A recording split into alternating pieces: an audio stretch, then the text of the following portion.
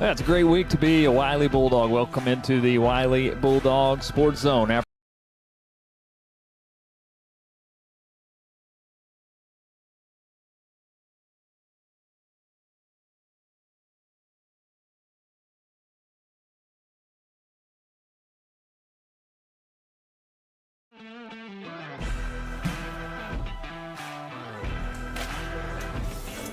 That's a great week to be a Wylie Bulldog. Welcome into the Wylie Bulldog Sports Zone. After game number one, the Bulldogs victorious versus Brownwood last week, 25-0, the final score. We'll look back at that one. We'll get you ready for the Monterey Plainsmen as well. I'm Andy Penny, along with the head football coach here at Wylie High School, Coach Clay Martin. Coach, welcome into the show. Here we are. It's show number 2 after week number 1, and it's a victorious week number 1, which makes for a great show number 2. Congratulations on the win. Great job by the Bulldogs last Friday night. Yeah, thank you. Really pleased with how hard we played. And, although we made some mistakes, I think hustle and effort made up for a lot of that. And so just proud of the way the Bulldogs played. We've talked about that a lot. When you walk into game number 1, you really don't know expectation-wise when you're talking new personnel and first game on varsity and what's this thing going to look like. I thought overall, there's some things to work with, but obviously overall you get the tally mark in the win column and a lot of positives to come out of the game too. Yeah, no question. Everything that we're talking about in execution are things that we can fix. Sure. Just felt like those guys that maybe the first time they'd ever played on a varsity really played well and played fast. Yep. And so a lot of good things out of Friday. First shutout since 2022 for the Bulldogs with the 25-0 win. 260 yards of offense for the Bulldogs as well, too. Coach, let's look at these highlights. And you get the football to start the game, and you stay on the run. You stay committed to the run, and a great opening drive here offensively for your Bulldogs. Yeah, a little jet sweep. Dylan Regala turns it up there. Got a good block from Julius. And, Julius kind of gets on the perimeter here. Good, tough run. And this is going to be, I think, one huge. You got Julius, a senior, his 4th year in a varsity roster, an experienced offensive line. You're going to be able to establish a line of scrimmage, I feel like. Yeah, those guys are getting better and better at knowing their assignments and going to the right guy. And, he's going to break a lot of arm tackles if you just get on a person. He gets you down inside the 5. You go to your big package. Dylan Regala gets into the end zone. Yeah, good execution for the first time being in our box, and thought it was 2 for 2. We ran it twice for 2 touchdowns, and obviously pretty tough to stop. There's the first of the 2. You go for 2. Bo Cates gets in the end zone. You got an 8-0 lead. Then your defense goes to work. DeAndre Rodriguez sets the tone. Tackle for loss here to get things started. Yeah, I think that was kind of the story of the night. We were able to get a bunch of negative plays, tackles behind the line of scrimmage and sacks, and just DeAndre so active throughout the game. It plays with such a great motor. Here in your pass game, big hit by Jaden Amy, the only sophomore on the roster for the Bulldogs. A big hit here. We saw Cooper Hill all night long making plays coming out of his linebacker spot here. And then you finish your opening drive defensively. Brownwood goes for it on 4th down. You get your first takeaway. Brody Martin gets the interception. Yeah, really good break on the ball by Brody and to make the play. Obviously, it's 4th down. But a really good play. You can see him here making a good break and, making the play. First of 2 takeaways for that Bulldog defense, that on the opening defensive drive. Your defense goes back to work. Landry Pate beats the block here, gets the sack, gets the intentional grounding on the quarterback. Yeah, Landry's really, really athletic off the edge and does a great job of taking care of his responsibility here and getting vertical and, force the intentional grounding. Another negative play for the Brownwood offense. Back to Wylie offense. Jaden Carlskin, his first start, reads the zone read well here, gets a nice play on the ground. Yeah, a little bash play, GT for Jaden, and tailback flashing across. Really good read. We're 8-0. We get into the second quarter. Your defense continues to go to work. As Cooper Hill fills the hole here. No gain on this play. A couple more defensive plays. You really own the line of scrimmage defensively, I thought. Yeah, I thought we were really active. I thought we really ran to the football and extremely active up front and, had a lot of penetration for sure. Sacked by that defensive line. Again, great penetration by those front guys, and you get the sack. Maybe the play of the night here, a little post pattern on the tip drill to Blaze Ruffin. Yeah, threw it into a lot of traffic, but a great play, great concentration by Blaze to to make a play and get a big gain. He gets 30-plus on the carry, gets you in the plus territory. Again, you can go to this play all night long. Seems like Julius Lane, he's going to move the pile 4, 5, 6 yards. And then a great job by Cooper Jones to come in, give Julius a breather. Cooper keeps the play going too. Yeah, those guys did a great job. I think on all these you'll notice too, body on a body, yep. Linemen, tight ends, knowing who to block and execution there, I think, was really good. Noah Reberg, the field goal from 22 yards with 11-0 to start the second half. Your defensive front goes back to work, penetration here, and then Cooper Hill shoots the A-gap, gets the sack. Yeah, kind of a halftime adjustment that we made, and, was pretty effective. Good job by Coach Cates and his staff. Cooper gets the sack. Here's Dylan Regala, nice catch up the seam. Yeah, great throw, great catch, something we had really game planned in, and they were able to hit it for a big game. As Dylan gets the catch, go back to work on the ground with Julius. He's down inside the 10. He bounces this one, almost gets in on this play at the pylon. Yeah, Brownwood really blew that one up, and pretty talented to be able to bounce it all the way to the outside. Probably a negative play that he turns into getting down close to the goal line. After a penalty, you're set up at the 6-yard line. You go back to your box set, and the power side, that right side, Dylan gets in the end zone again. Yeah, once again, Dylan, proud of him for being patient and sticking it up in there. Could have bounced it instead and decided to trust it, and, that's how that's supposed to work. A couple more plays here by your defense. Cooper Hill, DeAndre Rodriguez. You'll see Blake Frailing and company make some plays. Is this game number one, especially now with an 18-0 lead, you're just pinning your ears back and going after quarterback? Yeah, obviously that helps, but, just you can see guys flying to the football and, lots of purple jerseys and getting there, and that was something great to see. You get a sack here. We flip the field. We'll get into the fourth quarter, and I love this. You're going to get pressure off the right edge for a sack on this play, followed by pressure off the left edge, not only from the A-gap in the middle, but off the edges too. Yeah, I thought, we bring two outside here, and we're able to turn the corner and good coverage downfield to make him hold it. There it is from the right side. Here it comes from the left side again. That's just beating blocks off the edge. Yeah, Jake Smart, just relentless hustle on that one, coming off the, from the backside. Once again, good coverage to make him pull it down and take some time. One more tough run here for Julius Lane. He finishes the night 23 carries, 128 yards, and your special teams plays big. Jaden, of course, your quarterback, also your punter as well, gets a quick kick down to the 1-yard line, sets up some positive here in the next few plays. Yeah, it shot ourselves in the foot with some penalties and decided to pin them back. And obviously the result turns out to be what, looks like possibly could have been a touchdown. Yeah, Brownwood quarterback sneak just try to get out of the goal line. Bo Cates comes out of the pile. Looks like he's in the end zone for a touchdown. It is the second takeaway. The Bulldogs get the ball at the 1-yard line. And Julius will punch it in, put the icing on the cake the other night. Yeah, a really good push by the lineman, and then Julius does the rest. Just get us some kind of dominant blocks to push them in the end zone and able to go in standing up. And it leads to your final score. The Bulldogs, again, get the shutout victory, 25-0 for Wylie to move to 1-0, the first shutout since 2022. Coach, I look at some of the stats. You had 260 yards of offense, at least in the press box you did. The unofficial stats, we had 260, 200 on the ground, 60 through the air. And then defensively, we had Brownwood with just 77 total yards of offense, 37 running plays for 32 yards of rushing. I think it kind of tells the tale of the tape. You were efficient offensively, you were dominant defensively, and it led to 25-0 win. Really felt like, we probably were a little run heavy than normal, but, really felt like we were trying to take advantage of what they were giving us.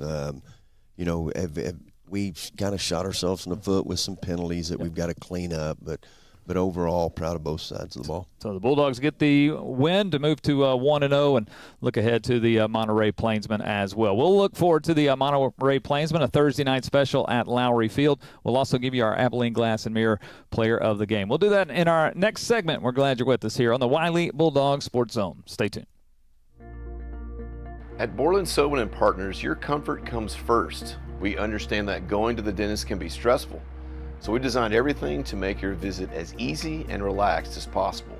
You'll find a warm team, a welcoming space, and gentle care that focuses on keeping you pain-free. If you're in pain, we offer same-day appointments because you shouldn't have to wait for relief. Whether it's a cleaning or something more involved, we make sure you feel safe, heard, and taken care of every step of the way. At Taylor Electric Cooperative, we are more than just the services we provide. For generations, we have been the link that has connected members to our local community. From those who remember when the lights were first turned on to those who rely daily on our high-speed fiber internet, we are here to make certain that those connections never dim. Because we understand that the most important connection we will ever make is the one we make together. At Taylor Electric, we have provided generations with services for living and connections for life. For over 30 years, Lawrence Hall in Abilene has been voted Abilene's best new car dealer by our customers. That's because we offer the best products from Chevrolet, Buick, and GMC, and the best customer service too. And that is still true today. Great products and great customer service. So the next time you need a new car, truck, or SUV, come see us or visit us online 24/7 at LawrenceHallAbileneOnline.com. Why go anywhere else?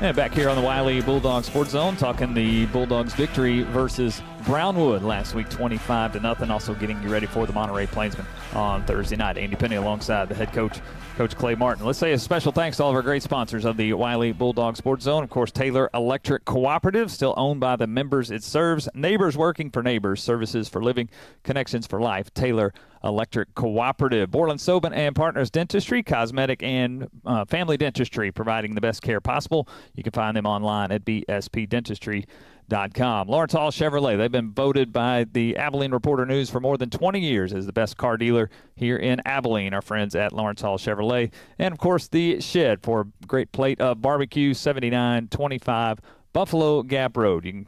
You can find them down here on the south side of Abilene. That's our friends at the Shed Market. Also, Abilene Glass and Mirror. They support our player of the game each week. And, Coach, we went defensively. We had all sorts of options we could have gone with. We went with DeAndre Rodriguez. He set the tone early with a tackle for loss. He had a sack later in the game. So many players we could have picked. I think just setting the tone defensively, DeAndre Rodriguez, who helped shut down Brownwood to just 77 yards of total offense. He got our Abilene Glass and Mirror player of the game. Yeah, very deserving. DeAndre is a guy that plays there in the middle of our defensive line, is so active, is understands how to use his talents and his quickness, but he just plays with relentless effort. Probably as good a motor as anybody I've ever coached, and plays full speed every snap from the start to the finish. Yeah, so DeAndre gets that player of the game, and again, the Bulldog defense, first shutout since 2022, and held Brownwood to just 77 yards. So many we could have picked from. We could have given it to the entire unit. We gave it to DeAndre Rodriguez, our Abilene Glass and Mirror player of the game. Since 1946, Abilene Glass and Mirror has been Abilene's preferred glass and mirror shop.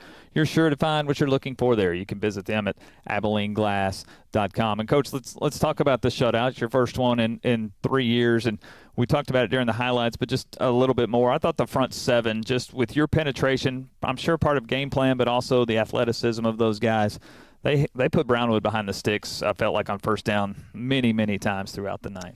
Yeah, that was kind of the key going in. Yep. We had to be effective on those first downs of each series and to create those situations that maybe Brownwood didn't want to be in. And we're able to do that throughout the night. I don't think we executed perfectly by any means on the defensive side of the ball, but I thought our scheme was good. Yep. And I thought the pressure that those front seven gave was key to the game. From a scheme perspective, we're talking game number one. How deep are you into a defensive scheme? Like, what are we seeing game one that they executed well? Yeah, a little deeper than you might think, just because we're with them so much now. It's not like we started 3 or 4 weeks ago. We've had them, all summer and last spring. And so, but we were facing a team that's under center, a team that's in the eye. And so it was a team that gave us some wrinkles that we hadn't seen in the scrimmage, and so it was a different week having to prepare and modify what we'd worked on, and that always creates some problems. But when they snap the ball, it's still going to be about blocking and tackling, and I thought we excelled in that area. Yeah, I hadn't seen the straight eye under center in a while. It's been a couple of years since I've seen it. Been a little bit. So definitely a unique scout for Brownwood this past week. Let's look at your offense. Jaden Carlskent, the junior, he got his first start, 5 of 7 through the air, 60 yards through the air. I thought he managed the game well. Didn't make mistakes that hurt your football team. Just managed the game well and was able to put 25 points on the board too. Yeah, I think that's he helped us control the game. He didn't make any crazy mistakes. Was effective at times, and really, although I think he probably could have thrown a few RPOs, was really effective in managing the game and understanding the game plan and taking charge, and just proud of his first game as a starting quarterback. And it's certainly going to help his confidence to have that unit of 5 in front of him. I thought the offensive line did a great job of controlling the line of scrimmage, opening some holes, and protecting Jaden. I don't know if he hit the turf really in pass situation at all. I thought that offensive line did a great job the other night. Yeah, I think it's a very smart group and a very athletic group for offensive linemen, and did a good job getting a body on a body, and was effective, not only in pass protection but also in the run game. And some of the intangibles the other night, I thought you won. Obviously, the turnover battle, you're +2 in that with the interception and the fumble at the 1-yard line. The special teams, Noah Reberg with the field goal, so you get special teams points. Obviously, you get the punt down to the 1-yard line, so some of the intangibles went your way as well. Yeah, I think so. I think we executed in those areas pretty good. Yep. We're able to get the 2-point play right off the extra point early in the game. I was pleased with our execution in the special teams, but I think that's something that's going to increase more and more. Okay, and then the big question, I've heard so many people say it throughout the years. You see the biggest improvement from game 1 to game 2 because now you have game film of your team, what you like, what you didn't like. I don't know, 1, do you agree with that comment? And 2, what are some things that now the Bulldogs go to work on? I know this first 4 weeks you love to say it's about the Bulldogs because it's non-district. So what do you go from week 1 to week 2, some things you'll work on this week? Yeah, I think you get to evaluate personnel Yep. in a live game situation that you maybe haven't got to do so far. Yep. I think that's number 1. Yep. I think that statement really gets exaggerated, or it gets to be more important when you've got guys that you don't have a lot of returners, and so they now are experienced on what a Friday night football game's like, and I think that'll help us make a big jump for week 2. Well, the Bulldogs have a short week. They're on the field on Thursday for week 2, a Thursday night special, as Wylie will be at Lowrey Field to take on the Monterey Plainsmen. We'll take the break, then we'll get you ready for Wylie and Monterey coming up on Thursday night. This is the Wylie Bulldog Sports Zone. More to come. Stay with us. At Taylor Electric Cooperative, we are more than just the services we provide. For generations, we have been the link that has connected members to our local community. From those who remember when the lights were first turned on to those who rely daily on our high-speed fiber internet, we are here to make certain that those connections never dim. Because we understand that the most important connection we will ever make is the one we make together. At Taylor Electric, we have provided generations with services for living and connections for life. For over 30 years, Lawrence Hall in Abilene has been voted Abilene's best new car dealer by our customers. That's because we offer the best products from Chevrolet, Buick, and GMC, and the best customer service too. And that is still true today. Great products and great customer service. So the next time you need a new car, truck, or SUV, come see us or visit us online 24/7 at LawrenceHallAbileneOnline.com. Why go anywhere else? At Borland Sobin & Partners, Invisalign makes getting a straighter smile simple and stress-free. With clear removable aligners, you can skip the brackets and wires and still get amazing results. We customize every Invisalign plan to fit comfortably and work efficiently, so your teeth straighten over time. You can brush with ease and smile without feeling self-conscious. And we're with you every step of the way, offering expert care and guidance from start to finish. At BSP Dentistry, straightening your smile is comfortable, natural, and easy.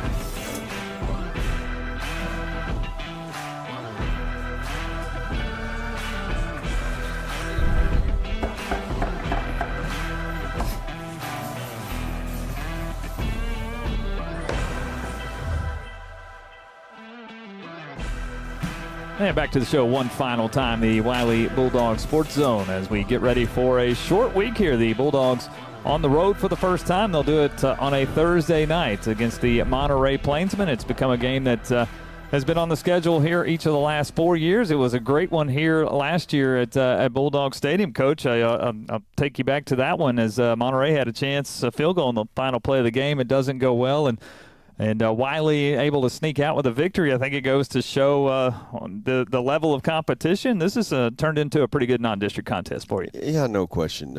Obviously that game was a crazy game. We scored late to take the lead, and they came back and had a field goal that went awry, and, we got the victory. A little different this year in the fact that we've played a game. Yep. I thought that was extremely difficult last year. To go into their week 2 is our opener, but Monterey's going to provide a huge contest for us.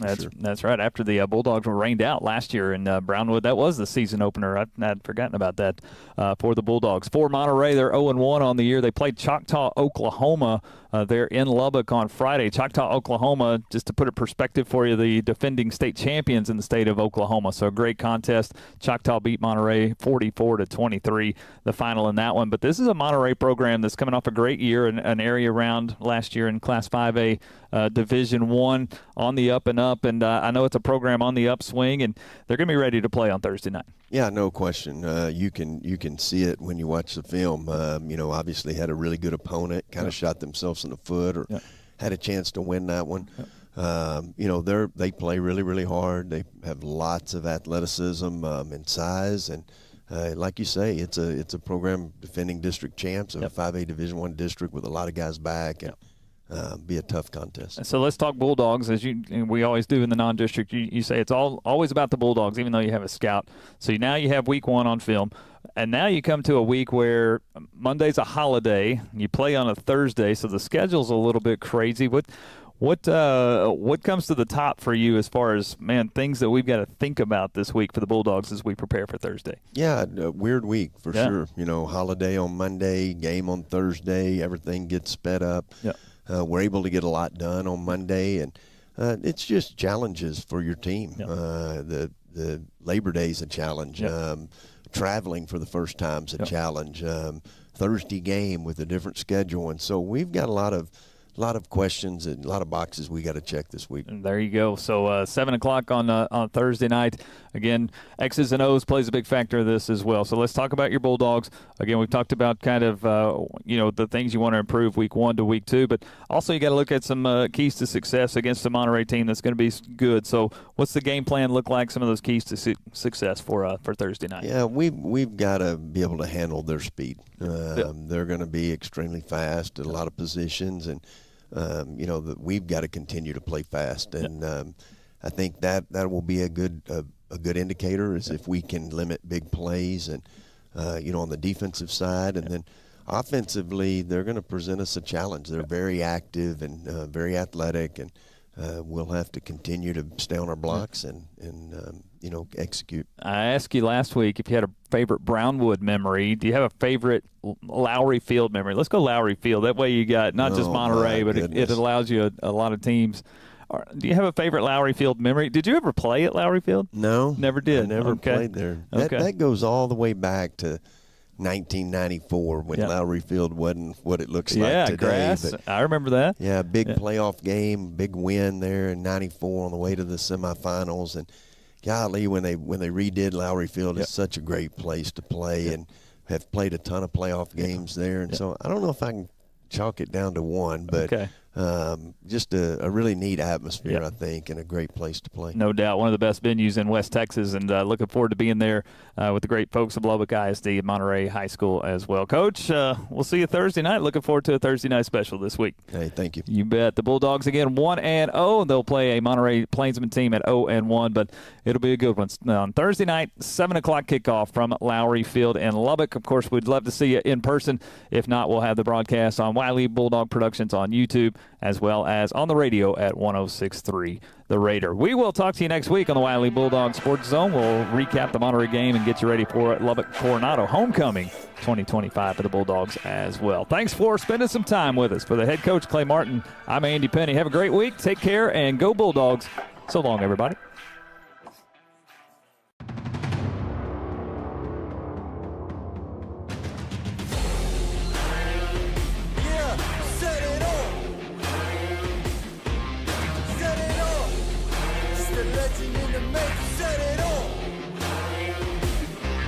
In the great state of Texas, sports is about more than a game. It's about more than the sweat on your brow or the weight on your shoulders. It's about passion. It's about pride. It's about community. It's about playing for the name on the front of your jersey and the name on the back. As you lace up your shoes and tighten your gear, remember the journey that has brought you here. The early mornings, the late nights, the battles fought and the battles won. Ortiz in the left, at the wall. This is your moment. This is your stage. This is your time to compete. Never forget, in the pursuit of victory, that for Texans, how we win is just as important as winning itself. That's why we compete the Texas way, with a respect for others, control of self, and a spirit of competition. Because we know that true champions not only excel on the field, but have the kind of character that make them champions in the game of life. Now let's go out there and compete the Texas way.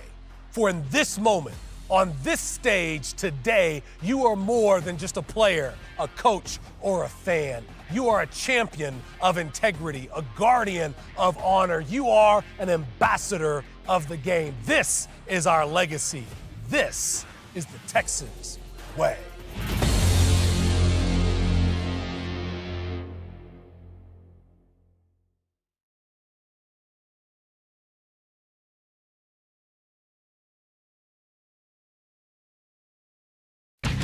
It is time.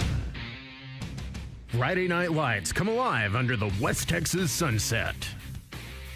Wylie Bulldog Football. Featuring the Wylie Pure Gold Band. Keeping you clued in on the hottest gridiron action around. Andy Penny and Ryan Holmes. And the main attraction, your Wylie Bulldogs under the leadership of head coach Clay Martin. Right now on 106.3 The Raider, this is Wylie Bulldog Football.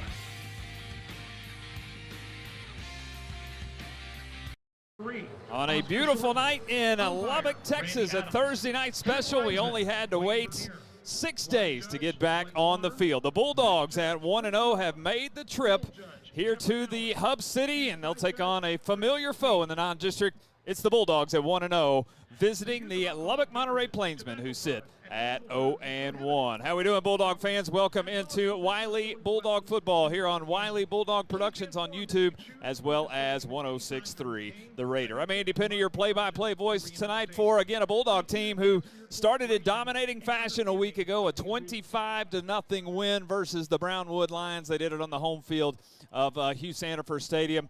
Dominating on offense with 260 yards of offense, held a Brownwood team to just 77 total yards defensively, did the Bulldogs. It was impressive by the Bulldogs. Their 25-0 win has them at 1-0. They'll take on a Monterey team who sits at 0-1. They lost their opener to Choctaw, Oklahoma last week. Choctaw, a defending state champion in the state of Oklahoma, so a tough test for Monterey last week. They fell again 44-23, but make no mistake, it's a good non-district contest here at Lowrey Field between the Bulldogs and the Plainsmen. We've got kickoff at the top of the hour. We'll get you ready between now and then. And help us getting ready here. He's been in Lubbock for 2 days. He's so ready in anticipation for this one. He came up yesterday. He's been here since yesterday. It's my good friend to my right-hand side. It's the Hodge, Ryan Holmes. Hodge, welcome to Wylie Bulldog Football, my friend. Man, it's good to be here on a Thursday night. Again, great job last week by the Wylie Bulldogs, kicking the season off. New quarterback, people in new spots, but a great great game last week. I know we'll talk about that, but again, Thursday night, Coach Martin talked about it in the pregame show. Not only are you playing on Thursday, you had Labor Day on Monday and adjusting those schedules, but looking forward to it's a beautiful night here in Lubbock, and looking forward to a great night of Thursday night football here in the 806. I know it hit triple digits in Abilene today. It was mid-90s, 95, 96 here in Lubbock. We'll play probably in the low 90s, high 80s. So it is warm. The wind is coming out of the south, maybe 15, 20 miles an hour. But make no mistake, we flip the calendar to September. It still feels like July and August here in Lubbock. Let's go back to Abilene 6 days ago at Hugh Sanford Stadium, 25-0, the final. You mentioned it. You know, you get a new personnel, new roster. You don't know what quite to expect in game number one, but efficient, I thought, offensively, dominant defensively. It led to the first shutout since 2022. And it did. And one of the things that was able to do that we kind of picked up from last year was being able to run the football. Julius Lane last week averaged a little over 5.5 yards a carry last week. Only got in the end zone once, but such a great job running behind that offensive line. And we mentioned the new quarterback, Jaden Carlskin. Only threw the ball 7 times last week, but and 5 for 7, trying to get used to getting rhythm with those guys. Really had only a couple of throws that he would have loved to have had back, that one to Blaze on the down the sideline. But really last week I thought it was a really good job. And defensively, we talked about it. Our player of the game last week, DeAndre Rodriguez, just made that center's life from Brownwood. It was not a fun night for him. When you're taking on the lead blocker before the tailback even has the handoff, that's impressive. DeAndre Rodriguez, impressive. I thought Cooper Hill at the inside linebacker, he shot the A-gap so many times, had sacks, tackles for loss. Bo Cates was right there with him. And then even off the edge, we saw Jake Smart make a play, Blake Frailing. I thought the front 7 really dominated that Brownwood offense. Now, we saw traditional I formation last week, which we hadn't seen since about 1988. I think it'll be a little different with this Monterey team. They put some points on the board last week. They were able to move the football as they had 250 yards of offense, put some points on the board. So it'll be a little bit different dynamic tonight with the Plainsmen. Well, and again, last year the Monterey Plainsmen had a pretty good run, won their first district championship in like 13 years last year.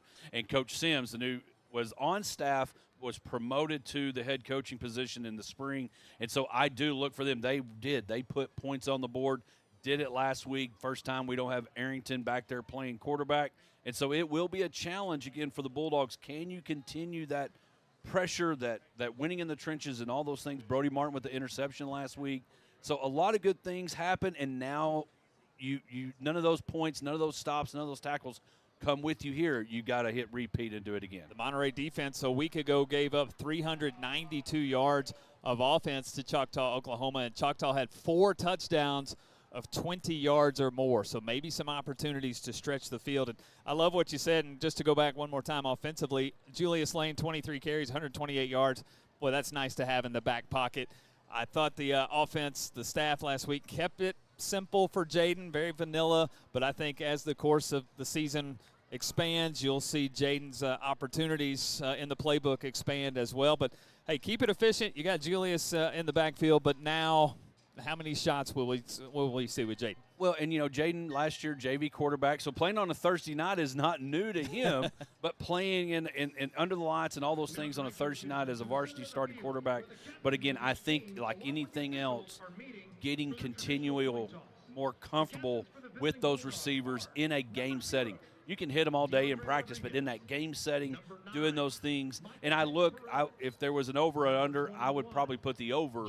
I bet he throws the ball more than 7 times tonight. The captains are making their way out. The teams have come out on the north side as well. We are just moments away from kickoff. It's the Bulldogs and the Plainsmen, a Thursday night special. Who's watching the Cowboys and the Eagles? Nobody is. We're watching the Bulldogs and the Plainsmen tonight. We'll have the opening kickoff here in just a moment. This is Wylie Bulldog football on the Wylie Bulldog Sports Network, 106.3 The Raider.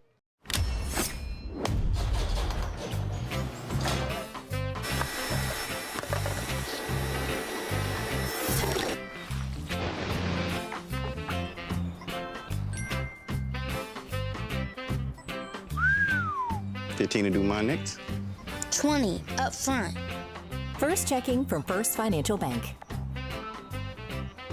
Smart boy. Meaningful tools to start a successful financial future today. The hunger to win is fueled by a chance to compete and the thrill of the action. The cheers from the crowd energize our team and push them on to victory.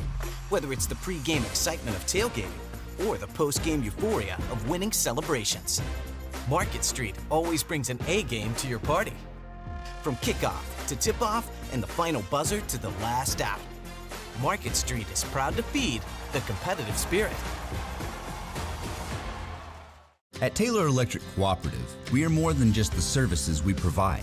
For generations, we have been the link that has connected members to our local community. From those who remember when the lights were first turned on to those who rely daily on our high-speed fiber internet, we are here to make certain that those connections never dim. Because we understand that the most important connection we will ever make is the one we make together. At Taylor Electric, we have provided generations with services for living and connections for life. There is our good friends at Taylor Electric Cooperative. We are powered by Taylor Electric Cooperative, our title sponsor of Wylie Bulldog football. Still owned by the members it serves. Neighbors working for neighbors. Services for living, connections for life. Taylor Electric Cooperative. As we are moments away from kickoff here tonight at Lowrey Field, Plains Capital Park in Lubbock, Texas. The Bulldogs at 1-0. The Plainsmen at 0-1. The Bulldogs making their way out onto the field in the all-white uniforms tonight with the purple helmet tops and the gold Bulldog on the side. It's the traditional look of the Bulldogs on the road, and I think they're ready to go. I think it's a short week of preparation, but it's been a good week of preparation. I always like these Thursday night games. Let's not wait another 24 hours. Let's get on the field and play. Well, and again, you mentioned it. We talked about Labor Day and Thursday night game. It's exactly what Monterey had. Labor Day was for everybody. Thursday night is here, and so now it's like you've got to get ready. Go ahead and short week, all those things. You got the guys praying. All their pre-game rituals and routines that they're doing. And now when that thing kicks off, nobody knows what day it is. It's just the first quarter. The coin toss has already taken place. The ceremonial coin toss just took place. We think the coin toss took place about an hour ago. By the way, that gives me a chance to introduce our new statistician, Phil Hill, who's here to our left. He is not only our statistician tonight, but he's going to help explain some of these referee calls that we're going to get. Phil, welcome to Wylie Bulldog football. Thank you so much. I'm beyond excited to be here. I've seen this game from so many different perspectives. This one's new, so I'm very excited. I've already told Hodge not to make any bad comments about officiating tonight, so be ready for that. Back to the coin toss. The Plainsmen won the coin toss, deferred to the second half, so we will see the Bulldog offense on the field here in just a moment as the Bulldogs will get the ball first, and they will move from north to south. We pause here at Lowrey Field for the playing of the national anthem led by the Monterey High School Band. Tonight's colors are being presented by the Estacado High School Army Junior ROTC unit.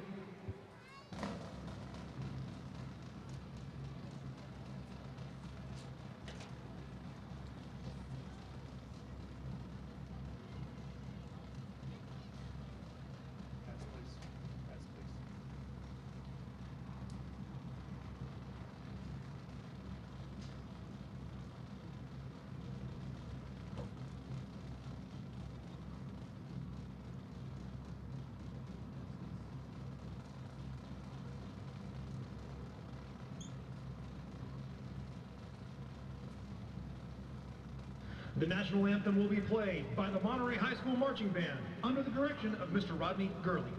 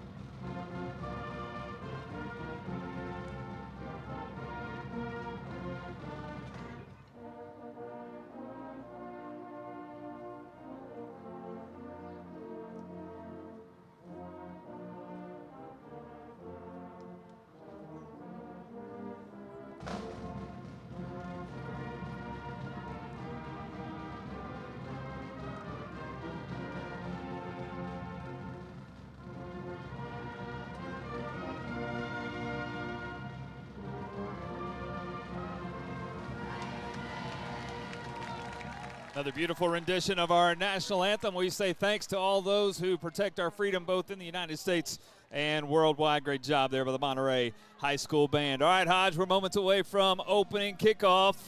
Always like to come to you and get your keys to success for the Bulldogs, keys to victory tonight in game number 2. Well, you're going to get the ball here to start off the game, and so one of those keys to victory is for Jaden to continue to get comfortable leading the charge, leading the offense, and so continue to get more comfortable there. Win first and second down. If you win those, it makes that playbook and the play calling for Coach Ming open up for a whole lot of opportunities. Guys up front, win in the trenches, continuing on both sides, and we love our sponsors. But one that we want to be thrown and seen is when the Monterey Plainsmen do something. Yep. Keep those yellow flags in the pockets of the referees. Last week we had 11 penalties, and some of those kind of hurt, and one of those just, maybe it's some jitters, but avoid those tonight. Win the turnover battle, and everything should go well for the Bulldogs tonight. Cam Martinez, the freshman kicker, 5'9", 140 pounds, will tee it up at the south 40-yard line. The Plainsmen in the blue jersey tops, the red pants, the blue helmets tonight. You'll remember this is a game that last year came down to the final play of the game as Wylie able to win by a single point, 25-24. Monterey lined up for a field goal on the last play of the game. The snap was good. The hold was dropped. Wylie was able to get the win. Martinez has it teed up on the south 40-yard line. Back deep is Dylan Regala. He stands just outside the goal line in the center of the field. Plainsmen 0-1. Bulldogs 1-0. Game number 2 of the 2025 season from Lowrey Field in Lubbock. And we are about ready to go. Martinez has the cue to go, and game number 2 is underway. It's caught by the up man at the 5-yard line. That's Brody Anderson, who'll get to the left hash across the 25-30, and he's out to the 33. Nice return by Anderson, the junior. And that's where the Bulldogs will set up shop. 1st and 10. They'll mark it on the 32-yard line for the junior quarterback, Jaden Carlskid, 6 foot, 180-pound junior. His second start against Jaden last week. Very efficient as the starting quarterback. Only threw it 7 times. He was 5 for 7 for 60 yards on the night. Again at the 32, it'll be just inside the left hash. He'll start in the shotgun. He's got Julius Lane, the senior running back, right behind him in a 3-receiver set. Tight end to his left, take the snap, hand it off Lane, who will bounce out to the right, trying to get up the field, and he can't. Good pursuit by the Monterey defense. Lane will be dropped for no gain on the play. They'll keep it at the 32. It's second down at 10. Yeah, Julius trying to bounce it outside. Good penetration there by the Plainsman defensive there up front. And again, try to get away. First down, not so great. See what you can do here on second. Lane at 6'2", 235 pounds. Last week, 128 yards rushing in his senior debut. Carlskent will roll the pocket to his left. He's got a chance to run. He will tuck it, get what he can. He's out to the 29. I said the 32. It's actually the 27 is where they started. Not bad. It's Thursday night. Jaden gets 2. It's 3rd down. Actually, 3rd down and 13. 3rd and 13. It was at the 32. It's now at the 29. 3rd down and 13.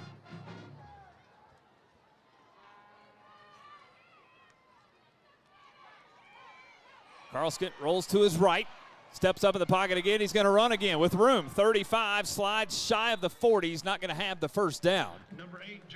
Jaden will get 9, but it's shy of that first down as the Bulldogs were behind the sticks. So 4th down and 4. The Bulldogs will play field position, and they'll punt the football. And that's one of those plays there, Andy. Jaden takes off running, has a pretty good opening there.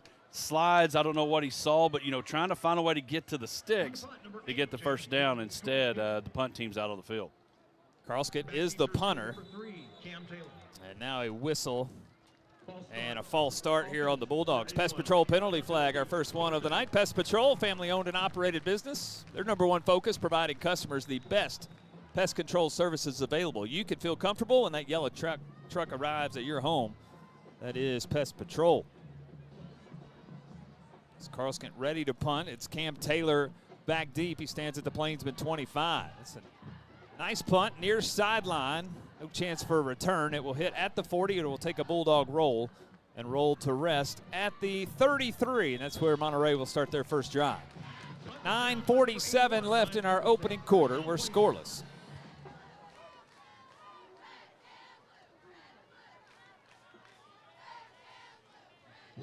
And here comes the Plainsman offense, led by the quarterback, 6'2", 215-pound junior. It's Jonah Reed.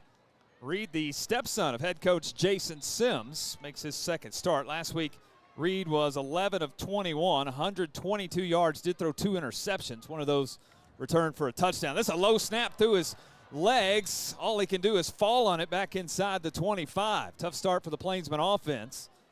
Loss of 10. Check that, loss of 9 as they mark it on the 25, but not a good start for the Plainsman offense. Yeah, both offenses starting off with negative plays to start their drives. Again, just a bad snap there, goes back, and Reed just makes the decision to fall on it instead of try to make it worse, and just kind of a little smart play there by the quarterback. 2nd and 19 from the 25. The running back in the backfield is Legend Williams. He's a 5'8", 160-pound sophomore.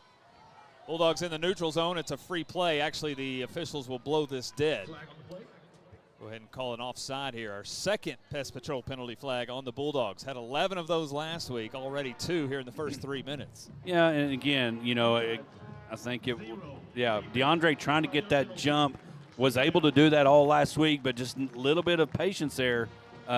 Hold your water, as we say, and again, get that yardage back. Not quite all of it on the penalty, but it makes it a lot easier if you're Coach Sims and the Plainsmen. DeAndre starts there at the nose guard, 6'1", 210-pound senior.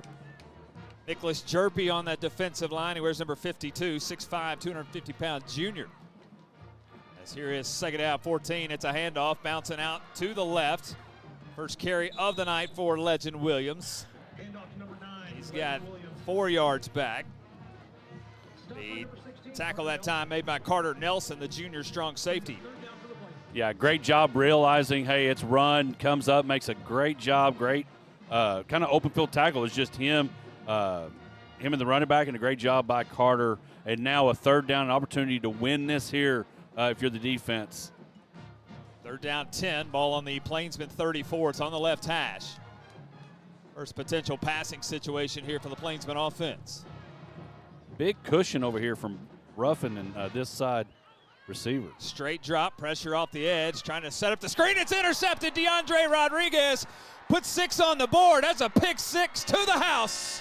First defensive touchdown of the year. DeAndre Rodriguez, 30-yard interception return. It's 6-0 Bulldogs. Extra point to follow. That's how you redeem yourself from an offsides penalty. Looked like, I couldn't tell, running back kind of floated out like it was trying to be a screen, but then again, Reed just kind of throws it literally like DeAndre was the intended receiver. A slow developing screen in the right flat. DeAndre was all over it. The nose guard playing some free safety, and he picks it off and takes it the distance. Noah Reberg in for the extra point. The 6-foot senior.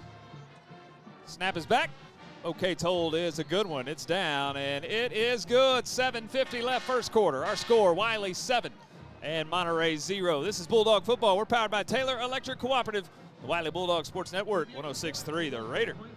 For 100 years, Hendrick Health has been the regional leader in healthcare, combining medicine, ministry, and research, providing high-quality healthcare for every patient in West Central Texas, expressing our mission through service consistent with the healing ministry of Jesus Christ, advancing medicine and healthcare through clinical research. In 1924, Hendrick Health was founded by pioneering West Texans who believed in caring for each other. That legacy lives on today, together for better health.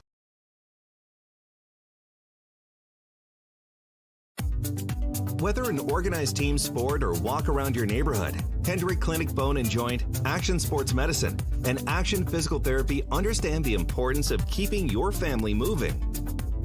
From diagnosis to recovery, our team of physicians, orthopedic surgeons, and physical therapists provide personalized care for sports injuries, joint pain, and more. With state-of-the-art technology and more than 40 years of experience, our team will get you back to what keeps you moving. Frankly speaking, I was pretty nervous about buying my first ride. It felt like trying to fold a fitted sheet. Confusing and slightly terrifying. But with ATFCU's first-time auto buyer program, it's as easy as just throwing the sheet away. With great rates and free gap protection, ATFCU has me riding in style. Get on track with the first-time auto buyer program at Abilene Teachers Federal Credit Union. Visit AbileneTeachersFCU.org for more information. All loans subject to credit union approval. Limitations apply. Equal opportunity lender. DeAndre Rodriguez, 30-yard interception return. The Bulldogs still pitching a shutout, and they're putting some points on the board as well. So here's the rebird kickoff. It's taken by Taylor at the 15, far side. He's got the right hash. Big hit right outside the 25. Guess who it is? DeAndre Rodriguez. It's he and Jacob Martinez who come together for the tackle. How about that for a good start for the Wylie defense? Yeah, really great job. Had the little penalty, but again, great job on tackling. We mentioned Carter making the big tackle, making that third down a difficult one. Opened up the screen pass. Next thing you know, it's pick six. So 1st and 10, Plainsmen on the 30. It's right in the center of the field. As Reed and company will try it again here on possession number 2. He'll take the snap, handoff. Going right is Williams. Williams has running room out across the 35 to the 37. It's 7 for Legend Williams. Hey, Communities of Abilene Federal Credit Union, member-owned, community-focused, full-service financial institution serving Abilene and the Big Country since 1955. Communities of Abilene Federal Credit Union. So we'll continue to set that defense. Blake Ortiz, the senior defensive end, is up there on that defensive line. It's kind of a 3-4 type look here for defensive coordinator Matt Cates and the Bulldogs. On 2nd and 3, it's a quick pass out in the left flat. Taylor has enough for a first down, a numbers game, and he'll get across the 40. Landry Pate, the tackle, first reception of the night. Goes 4-5 and a Plainsman first down. Yeah, just a quick little hitch out there to Taylor. Able to get the first down. Good job trying to not make it any more on Pate on the tackle. But now first down and their first conversion, obviously, since a while ago they had the pick six. 1st and 10 on the 42. It's on the left hash. Reed will call for the snap. Another quick throw, this time out on the right side. It's number 2, Noah Alexander. Alexander will find a little seam and get across the 45, close to the 50. Give Alexander 8 as he's right on that 50-yard line stripe. Jordan Lockett back in the secondary, did not play last week. He got hurt in the scrimmage versus Abilene High, but is back in uniform tonight. It's actually a gain of 8. Sorry, Phil, I'm killing you here on the stats. Gain of 8, ball's on the 50. Yeah, another big first down pickup for the Plainsmen to open up 2nd down and short for them. On 2nd and 2. Handoff right up the gut. Williams again has a first down. Good hold this time as he went right up the middle. Williams has 8 more. It's another Plainsman first down. They'll run their first play in Bulldog territory, 1st and 10 from the 42. Again, that linebacking core, Cooper Hill and Bo Cates are the inside linebackers. Blake Frailing, your outside linebacker with Landry Pate. You'll also see Jake Smart play some outside linebacker, defensive end. Brody Martin's in the secondary. The free safety had the interception a week ago.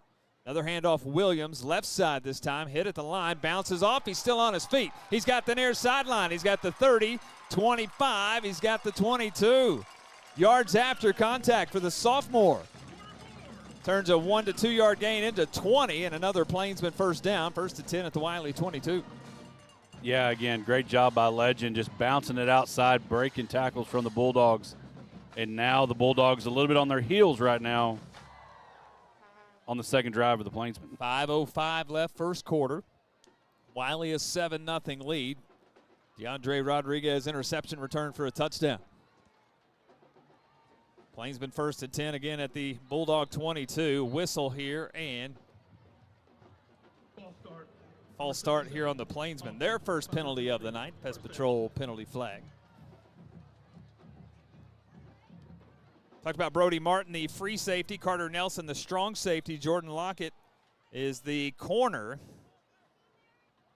On the near side, Blaze Ruffin playing the other corner. He's on the near side. Lockett on the far side.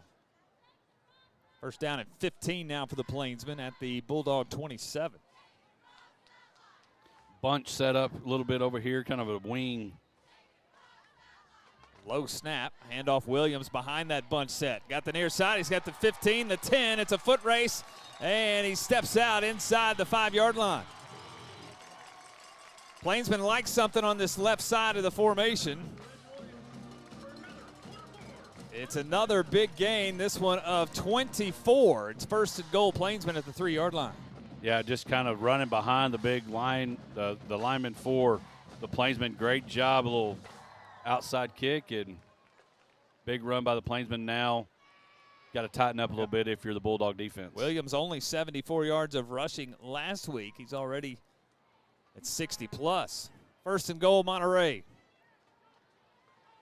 Ball's on the 3. Reed take the snap, handoff Williams. He's hitting the backfield this time. DeAndre Rodriguez, Cooper Hill, Bo Cates, all there to make the stop. Push back to the 6. It's a loss of 3. Second and goal from the 6. Yeah, and this is where you really got to keep your assignments, your job done, because this is a great time. You've been running the ball, play action, keep it. You be sure you do your responsibility because this is a great opportunity. You've been running. Do a little play action here to catch you off guard. Bulldogs certainly took some chances there. Short yardage situation, it paid off.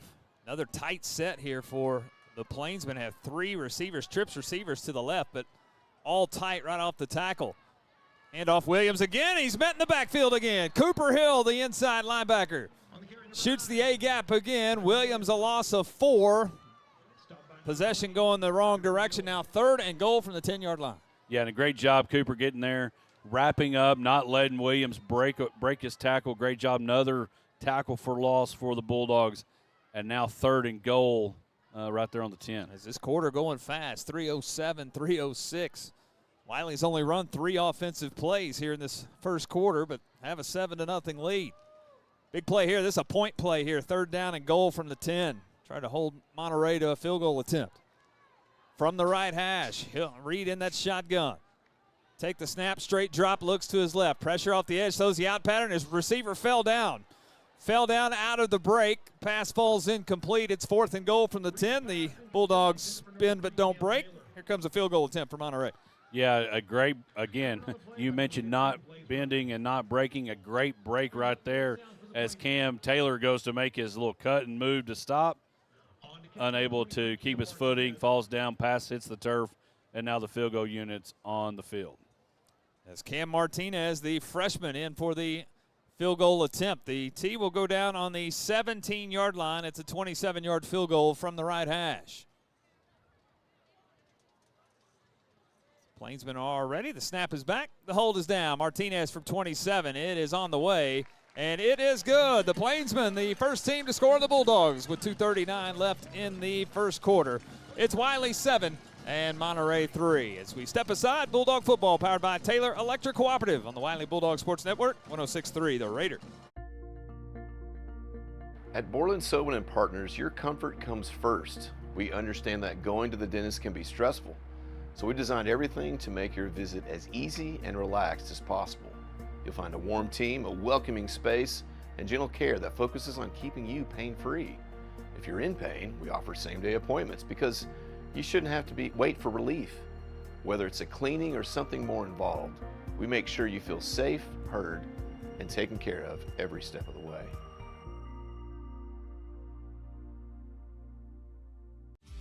For over 30 years, Lawrence Hall in Abilene has been voted Abilene's best new car dealer by our customers. That's because we offer the best products from Chevrolet, Buick, and GMC, and the best customer service too. And that is still true today. Great products and great customer service.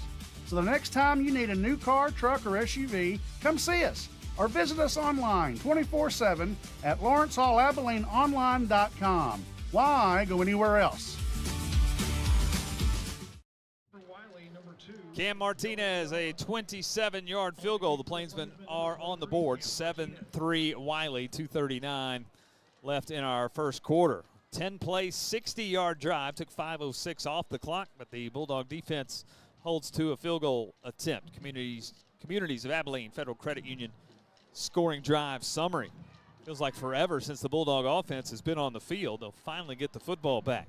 Martinez approaches. This is a short kickoff. Running up on the run, making the catch is Anderson. Anderson out across the 30, 35. Good return. Bulldogs will take that for starting field position. Anderson, 2 nice returns here in the quarter, and Wylie will start right on their own 40-yard line. Yeah, really good short kick, kind of maybe the wind issue.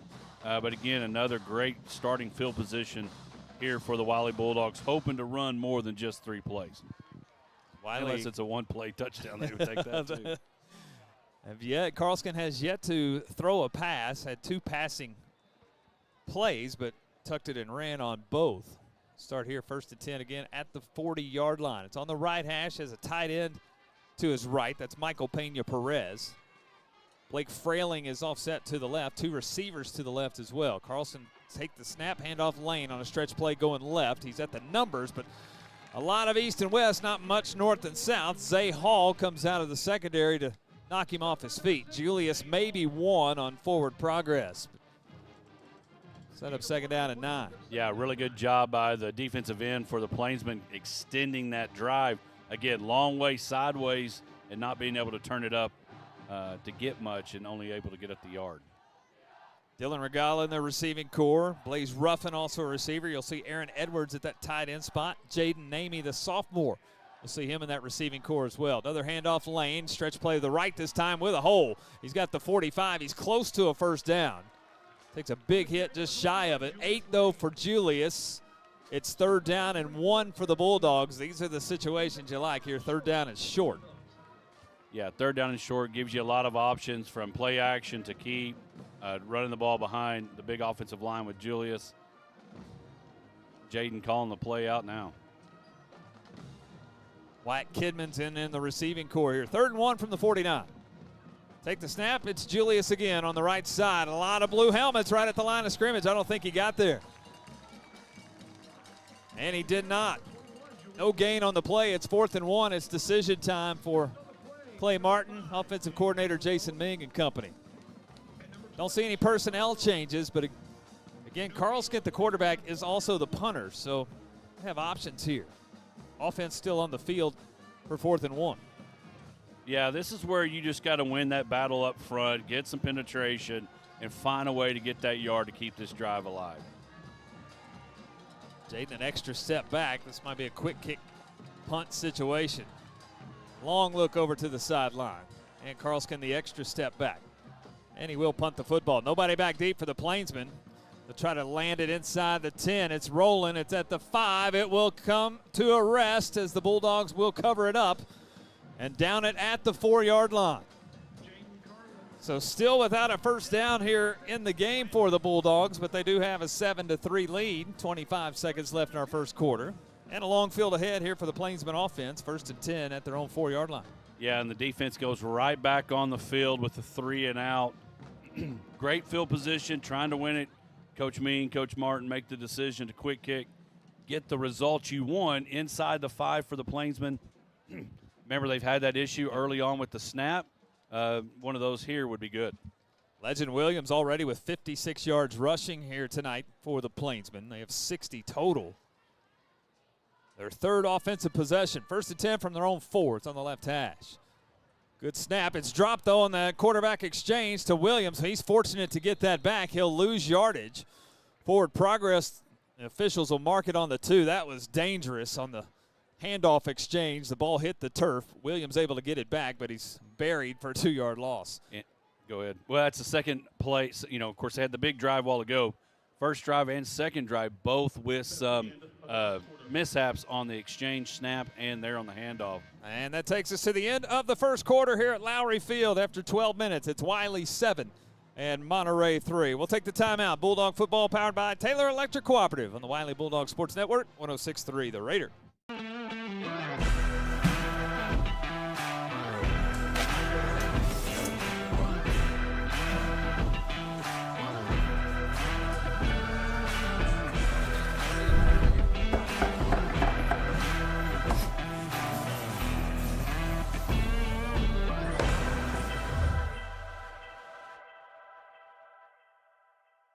Hi, I'm country singer Lori Morgan, and when it comes to remodeling my bathroom, I trust Zentex Remodeling Group. As a family-owned and operated business right here in Big Country, Zentex installs bathtubs, showers, and accessibility systems all in as little as one day. Save $999 on your new bath or shower system or 0% interest for 24 months, plus a free Kohler toilet with purchase. Call 855-4Zentex. At Taylor Electric Cooperative, we are more than just the services we provide. For generations, we have been the link that has connected members to our local community. From those who remember when the lights were first turned on to those who rely daily on our high-speed fiber internet, we are here to make certain that those connections never dim. Because we understand that the most important connection we will ever make is the one we make together. At Taylor Electric, we have provided generations with services for living and connections for life. As we get ready to start the second quarter, Bulldogs the 7-3 lead. Andy Penny alongside the Hodge, Ryan Holmes, Phil Hill keeping the stats for us tonight. Trent Forrester punching the commercials for us tonight. The whole Wylie AV Productions crew. We'll introduce all of them as the game continues tonight. 2nd and 12 for the Plainsmen from their own 2-yard line. It's another handoff. It's a stretch coming right. Not much room this time for Williams. Close to the goal line. I think forward progress will keep him out of the end zone, but it's another loss of 1. Dangerous play. It is 3rd down and 13 for the Plainsmen. Tried a stretch play to the right. The Bulldog pursuit was all over it. Bo Cates, Jake Smart, a chase to the near sideline. Williams fortunate to get out, but it's 3rd down and 13 at the 1-yard line. Brownwood fumbled on the 1-yard line last week. Yeah, and here, if you're Coach Sims, offense, and I'm not sure which one's offense coordinator for the Plainsmen, but this is a big play here where you want to eliminate any kind of crazy mistakes. Opportunity here, see what kind of pressure the Bulldogs bring. On 3rd and 13, whistle and a delay of game. If you want to get a delay of game, this is the place to get it. Half the distance to the goal. That's not bad. Pest Patrol penalty flag, our first of the second quarter. Hey, Phil, how hard it is to count off that half a step? It's harder than people think. That half step isn't it, but when you're at the 17, that half all of a sudden, yeah, you see fingers and toes come out. Now 3rd down, we'll call it 3rd and 13 and a half, I guess, at the half-yard line. Good snap, play action, whistle, false start. Okay, so now half the distance of half. Let's see how good your math is, Phil. What's half of half? We're going to be at the quarter. The quarter-yard line. False start penalty. They have more penalties than yards. Yes. 2 penalties for 3/4 of a yard. Again, how about it that? Doesn't really hurt you much, but I guarantee it, that ball, the tip is. Yeah, the back nose of the ball is on the goal line. If they were still paint, if they still painted it, it might have a little bit on it. 3rd down and 13 3/4 from the quarter-yard line. Straight drop, quick out, far side, caught, breaks a tackle, still loose at the 10, and enough for a first down. On 3rd and 13 from the 1, the tackle is made, the tackle is broken, the catch made, tackle broken. Cam Taylor, number 3, with the catch. He's to the 17. It's a 16-yard gain and a Plainsman first down. And that's the stuff that will drive a defensive coordinator absolutely crazy. You get them pinned back and then allow them to break a tackle and pick up the first down and get plenty of breathing room and a whole new set of downs. And now a whistle and a Plainsman timeout. 10:02 left in the first half. Bulldogs 7 and the Plainsmen 3. Hey, a chance to say thanks to all of our great sponsors of Bulldog football. Borland Sobin and Partners Dentistry, cosmetic and family dentistry, providing the best care possible. From routine checkups and cleanings to dental implants and orthodontics. You can find them online at bspdentistry.com. First Financial Bank, our success comes from lifelong relationships we build with people just like you. They're recognized as one of the nation's top-performing banks. It's First Financial Bank. The Shed Market, your local family-owned and operated one-stop shop for award-winning barbecue and the highest quality butcher shop in Abilene, Texas. Visit them at 7925 Buffalo Gap Road. Our good friends over at the Shed Market. Phil and I made our way over to the Shed Market this summer. It was always good, always good. This game feels disjointed. We're 2 minutes into the second quarter, and Wiley's got the lead, but it feels disjointed. Well, but when you don't get in a rhythm offensively, it kind of makes it awkward. You know, a few years ago we were at Lubbock Cooper, and had the lead, and it was all because of turnovers. Yeah, more points than yards at halftime. That's right. And so, you know, again, now you've got to get back. Okay, you got to forget the 4th and 3/4 and 7 inches or whatever it was on 3rd down a while ago, and now you got to get back in the saddle and try to find a way to get this. You know, for the most part, this offense to slow down a little bit. Because if you think about it, time of possession, the Bulldogs' defense have been on the field a lot. Wiley's only run 6 offensive plays, 2 3-and-out possessions. That's it. No first downs yet. But yet a 7-3 lead. The DeAndre Rodriguez interception return for a touchdown. Plainsmen out of the timeout, 1st and 10. They're on their own 17. It's on the left hash. Reed has 4 receivers. 2 are just off the tackles. Williams offset to his right. It's a handoff. Williams, he's met in the hole this time, spun around and dropped. I believe that was Aaron Edwards. Yeah, Aaron Edwards, 6'5", 200-pound junior, making a name for himself at defensive end. Loss of 1. It's 2nd down 11.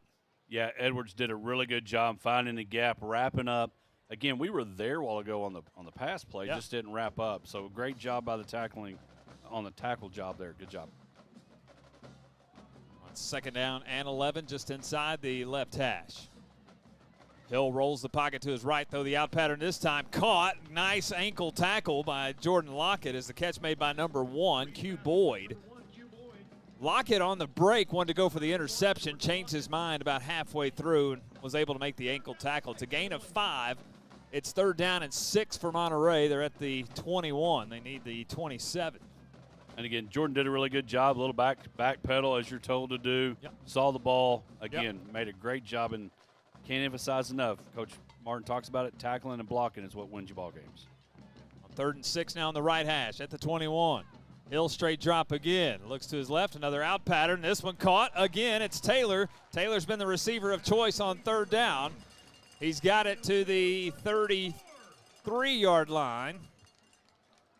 Check that, the 32. It's 11 yards for Taylor, and enough to move the sticks again. 1st down and 10.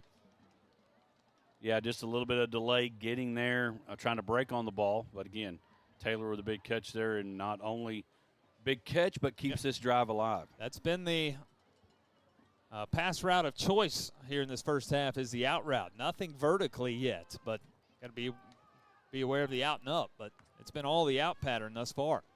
1st and 10 at the 33. Fumbled snap. All Reed can do is fall on it. He should have caught that one. He just didn't see it all the way in and dropped it. It'll put Monterey behind the sticks. 5-yard loss. Make that a 6-yard loss. 2nd down and 16. Those are plays that'll kill you. Yeah, and that's a number of plays that they have had that haven't even been tackles. It's been fumble on the exchange with quarterback, running back, snaps. And again, but so far they've been able to overcome the yards behind the sticks, if you will. So let's see what happens here. See if the Bulldogs can find a way to get a stop here. 2nd down and 16 from the 27. Reed take the snap, hand off Williams. Hit in the hole, trying to break off of it, won't do it. DeAndre Rodriguez, the nose guard, with first contact, doesn't make the tackle. It's a gang tackle by the rest of the Bulldogs. It's another 2-yard loss for Williams. It's 3rd down and 18. Boy, it seems like 1st and 2nd down going the opposite direction. 3rd down enough for a first. Here we are again, 3rd and double digits. But Monterey 2 for 2 on 3rd down on the drive. And again, they've all been long 3rd downs that they've converted. It'll be interesting to Coach Cates try to send any pressure or stay coverage and just to keep everybody in front of you. 6:48, 6:47. Monterey's had the ball the entire 2nd quarter. This is a drive that started in the 1st. 3rd down 18 from the 25. Straight drop. Looks to the right. Throw overthrown, incomplete. Reed was trying to hit Alexander on a corner route, but well overthrown, incomplete. The Bulldog defense is finally held, and Monterey will punt the football. Yeah, great job. Paid on the coverage there. Just kind of Reed's pass just a little bit out of reach.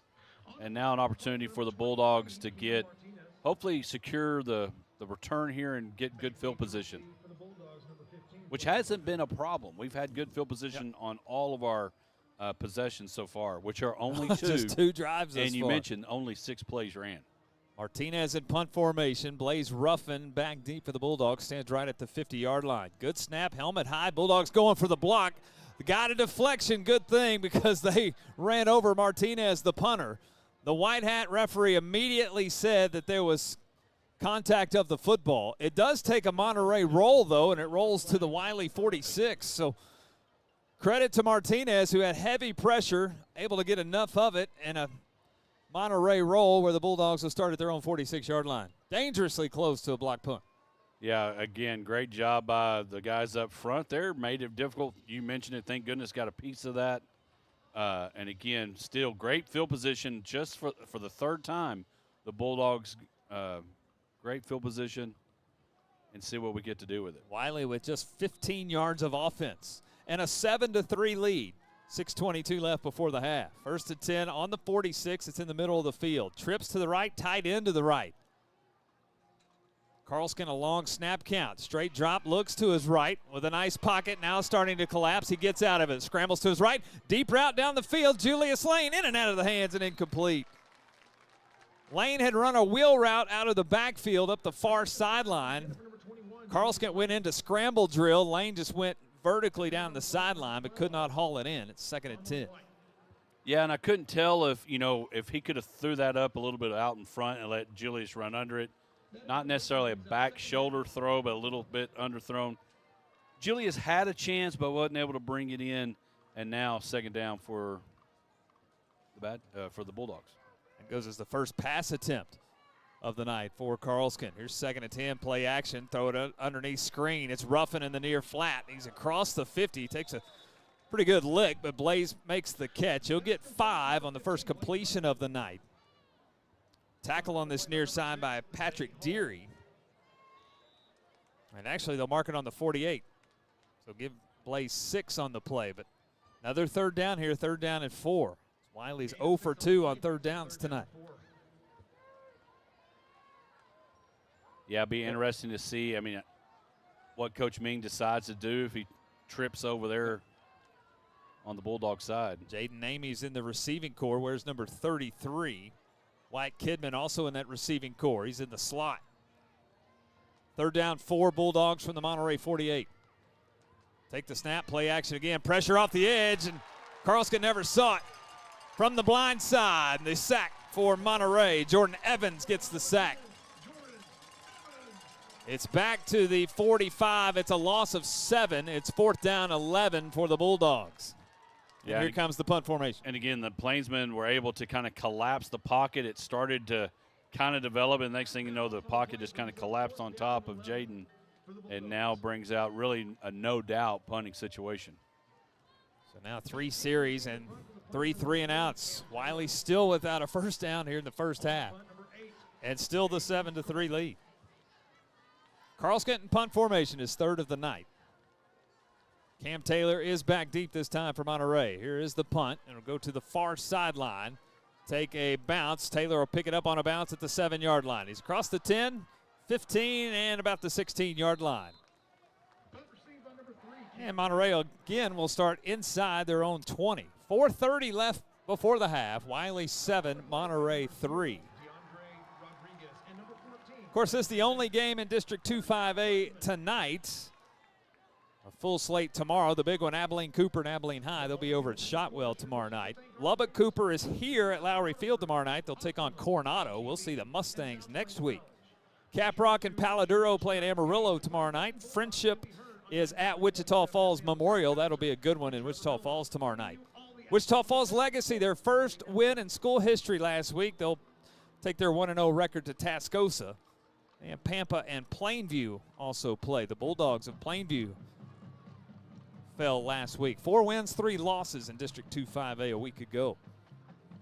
It's 1st and 10, Monterey. They'll start on their own 16 and on the left hash. It's a handoff, Williams right up the gut. Finds a little seam across the 20, and the pile will push forward. Might be enough for a first down, and it is. Legend Williams.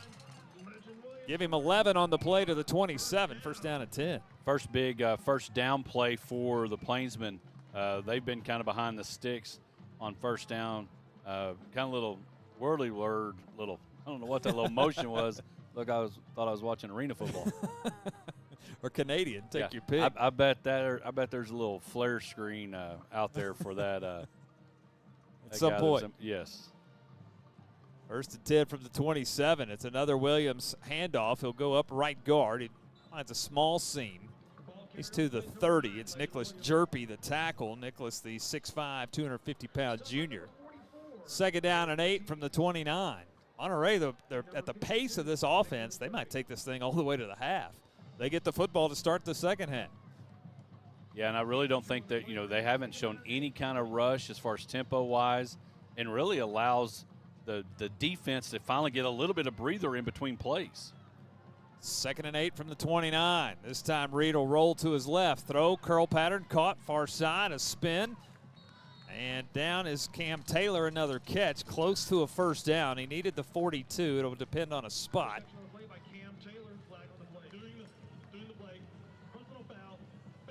Well, they'll have a first down. You just heard it from our white hat official. Pest Patrol penalty flag, a face mask here on the Bulldogs. So an 8-yard catch.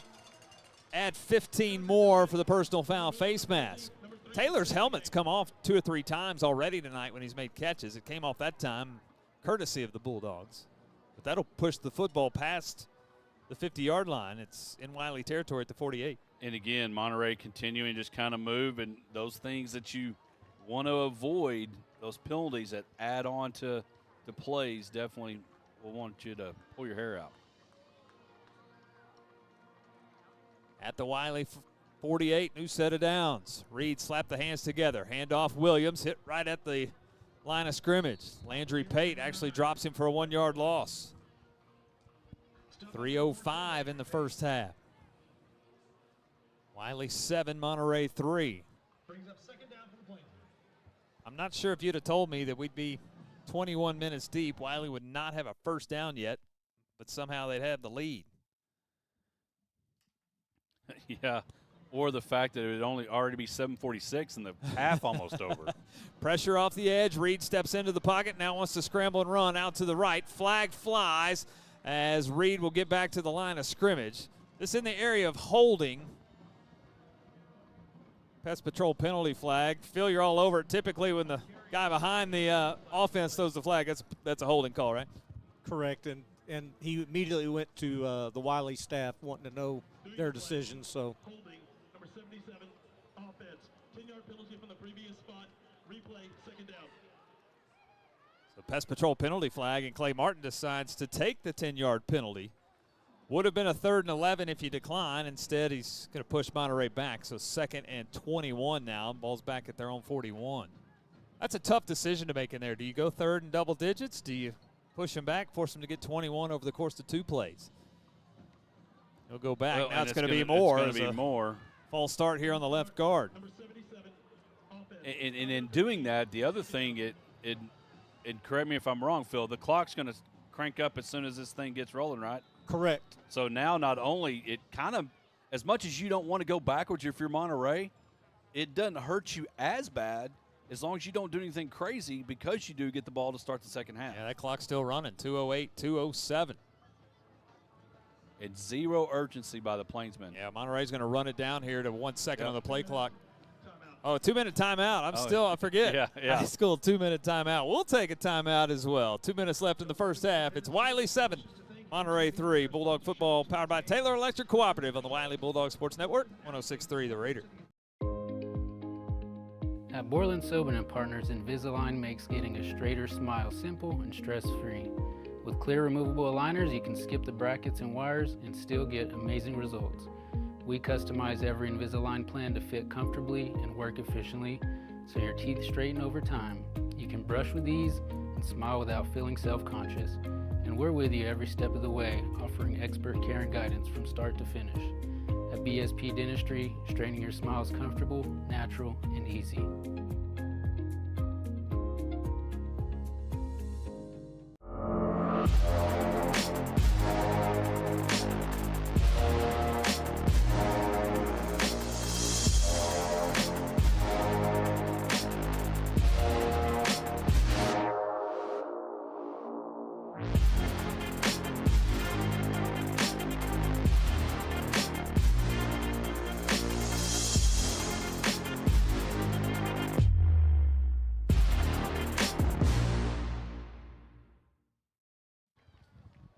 First play after the 2-minute timeout. It's a screen pass out in the right flat. The Bulldogs are all over it. Williams will make the catch, but it'll go for negative yardage. Pass is complete, but -2 to Williams. It is 3rd and 28, and now Wylie has called their first timeout of the first half. Try to preserve some time here in the last minute, 50 seconds. A 7-3 lead, but 3rd down and 28 coming up here for Monterey's offense. Yeah, and you want to find a way to get the football, because I can assure you Coach Ming and the offensive staff want to find a way. Let's get the ball back, and let's get some things rolling into this first half. Yeah, you're excited. You're up 7-3, but you understand you got to get some things going on the offensive side, get you one more stop here, and then it'll be interesting to see what Monterey does. Do they run the football and force Coach Martin to call that second timeout, or do they try to go to Taylor again, which has been the 3rd down hero? Yep. Do they go to him to maybe make it even manageable, to make 4th down a question? But 3rd and 28, you got to be careful here. If I'm Monterey, I'm running a draw. I'm running something that I'm handing the ball off. Get a stop. Let them tackle us, and then force them to use that second timeout. And then force the Bulldogs to drive a ways to even get into field goal range with a healthy punt. Well, I mean, here you run it, get a stop, and then you punt it and make it even more of a difficult. Yeah. So if that plan holds true, Hodge will be a football coach next week, 1, and 2, the Bulldogs will have about 1:35 to work with. See how it plays out. 3rd down, 28. Quick pass out in the flat. Taylor's got it with a lead blocker. He's got the 40-45, well shy of a first down. There's Clay Martin calling the next timeout. Martin will get 9 on the reception, but 4th down and double digits. And Monterey will punt the football, 1:47. So quick play. And again, we saw at the last punt, able to get a lot of Bulldogs to the punter. Got a deflection. It'll be interesting to see if Monterey says, hey, let's tighten this up, make sure we get the punt off. Now here you want to secure it, make sure that you secure it, or let that thing go into the end zone here on this punt. And be sure to stay with us at halftime. We'll have the Lawrence Hall Chevrolet halftime show. We'll get to the first half stats. We'll also have the In Tune Music and Sound Pure Gold Band halftime performance. The Wylie Bells, the Wylie Pure Gold Band, they'll be on the field first right at the beginning of halftime. So be sure to stay with us there, that In Tune Music and Sound Pure Gold Band halftime show, part of our Lawrence Hall Chevrolet halftime show. Of course, you're watching Wylie Bulldog Productions on YouTube. That's our Wylie High School audio video productions class led by teacher Wiley Singleton. He brought a good cast of characters tonight. Dominic Centrone, Trent Forrester, Alejandro Barajas, Ace Harper, Dax Eldridge, and Caleb Gostin all here. They're bringing you the camera work, punching commercials, updating the scoreboard, all sorts of good stuff. And they're like the first ones here. People don't realize that. You got to pull all that cable and cameras and wires and all that fun stuff, make sure everything works. Those guys do a great job. Well, and they make ours. We show up and get on air and bring it to you, but without those guys, you would be sitting in the dark. So Cam Martinez in punt formation. Blaze Ruffin stands at the Bulldog 30. Bulldogs brought a lot of pressure on the last punt. We'll see if they do the same here. As here's a snap. It's a chest-high punt. 3 on the rush, but Martinez able to get the punt away. It's a high but short kick. It will check up at the Bulldog 35, take a small Wylie bounce. And the football is set at the Bulldog 38. 1:39 on the clock. 1 timeout left for Wylie.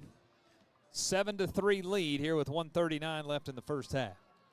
Yeah, Jordan Lockett had a pretty good chance there. Tried to block it. Had a pretty good little pressure on the punt. But again, now you've got 1 timeout.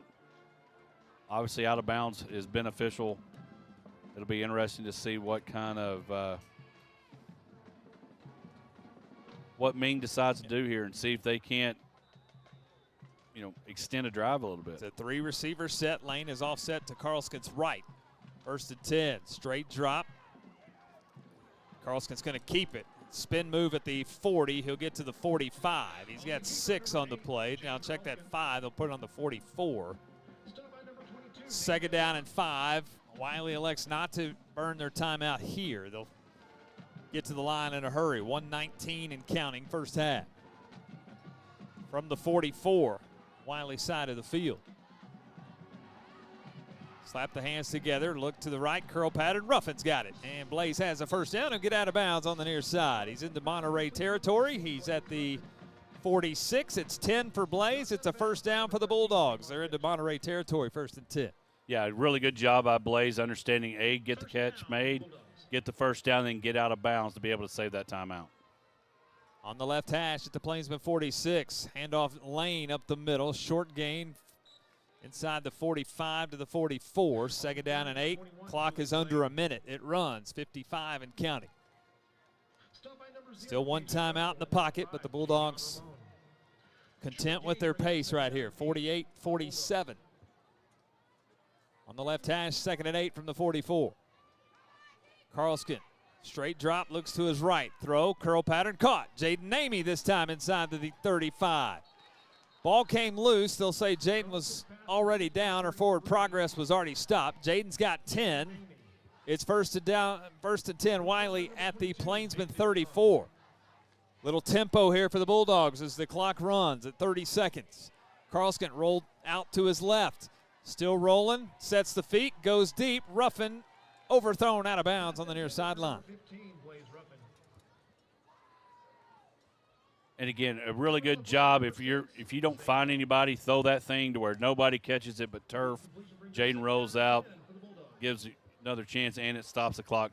25 seconds left to go. Still have that last timeout. And now you wonder what into the wind. What is the range for Reberg? I would say he's good from 40. I'd give him a chance at 40. That means you need to get the football to about the 23-yard line. So another 10 yards of offense to give Noah a chance. 2nd and 10, ball at the 34. Straight drop, Carlskin, throw it in the flat. Lane's got the catch, immediately tackled. The ball came loose. Is it a fumble? If it is, and it is, the Plainsmen have recovered. So Lane, the reception, no gain on the reception, but then fumbles the football, and Monterey has recovered. Yeah, and really deep down, not necessarily hearing a whistle. The ball was covered. I'm looking at the Jumbotron here, and the official called him down. Good thing is because all the offense kind of slowed down and stopped. And maybe they heard the whistle. We couldn't hear it up here. But, again, now you've got to find a way to get a couple of stops here. 16 seconds left here in the first half.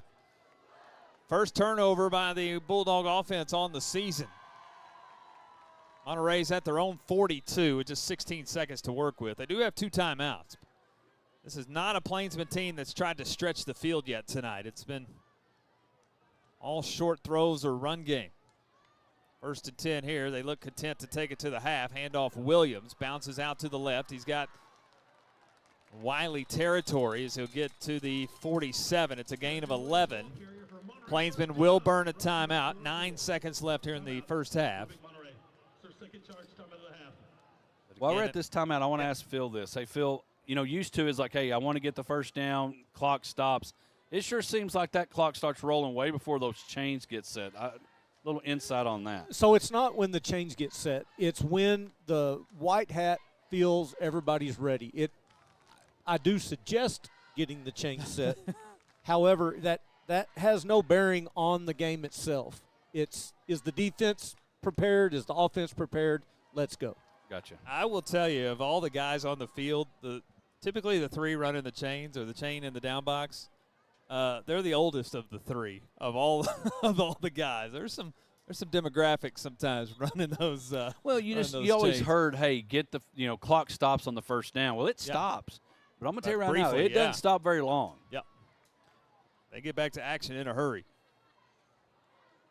9 seconds left first half. Wylie the 7-3 lead. Monterey is on the Wylie 47. Maybe 2 plays left here in the first half. Reed in the shotgun, take the snap again. Straight drop, looks to his right, pressure off the edge, throw it up the sideline, but overthrown on the near sideline. Intended for Cam Taylor. And now 4 seconds left, out of field goal range. It's It's either desperation, deep heave, or trick play. What do you have in your pocket here with 4 seconds left, first half? You know, and if I'm Coach Sims, I'm up I'm only trailing 7-3. I'm getting the ball. There's a lot of district ahead. I'm not going to want to show any of that here. Yep. And so you might see another little bomb and see what happens. Trent made a point, you know, he's throwing it into the wind here, and so it's going to take a pretty good heave-ho to get it to the end zone. Well, Reed will have trips receivers here to the short side of the field, the near side of the field. He'll get rid of it in a hurry. A little underneath screen with blockers out in front. The catch is made by Q Boyd. Boyd breaks one tackle. He's inside the 30, but he's tackled at the 29. He'll get 18 of offense, but the clock has hit triple zeros, and now a late flag has flown too. It's a dead ball penalty. The officials will come together here after the 18-yard catch. Clock hit zeros, a dead ball penalty, and Phil will bring you back in on dead ball in the last play of the half. How's this going to work? Well, depending on if it was dead ball, they can extend it over to the second half kickoff. Here's our white hat. After the half was over, yeah, they're giving him the choice. Sportsmanlike conduct, number 1, Abilene Wylie. That penalty will be assessed on the opening kickoff of the second half. There you go. Great call, Phil Hill. So an unsportsmanlike on the Bulldogs.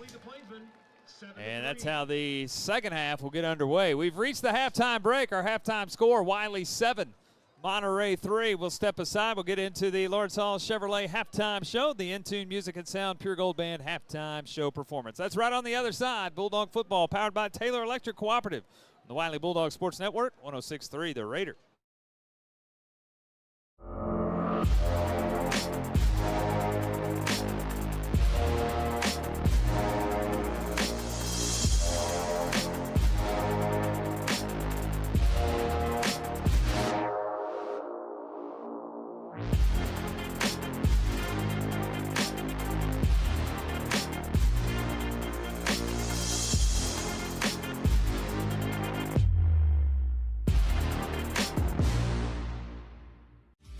For over 30 years, Lawrence Hall in Abilene has been voted Abilene's best new car dealer by our customers.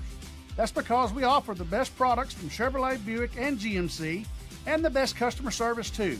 And that is still true today. Great products and great customer service. So the next time you need a new car, truck, or SUV, come see us or visit us online 24/7 at LawrenceHallAbileneOnline.com. Why go anywhere else? Back to Lowrey Field. This is the Lawrence Hall Chevrolet halftime show, and we kick it off with the In-Tune Music and Sound Pure Gold Band halftime performance. There's a good look at the Wylie High School Bells under the leadership of Kaylin Winters. We turn the stage over to the Wylie High School Bells. Mira Enterprises, Stephanie Jackson, Infotech Heads and Todd Incorporated, Apricot Lane Boutique, SOS Spellbond, Star Dodge of Abilene, Abilene Restaurant Repair, UE Concrete Construction, Abilene Teachers Federal Credit Union, Tim and Sydney Booman, Noma Engineering and Construction, and 7M Plumbing.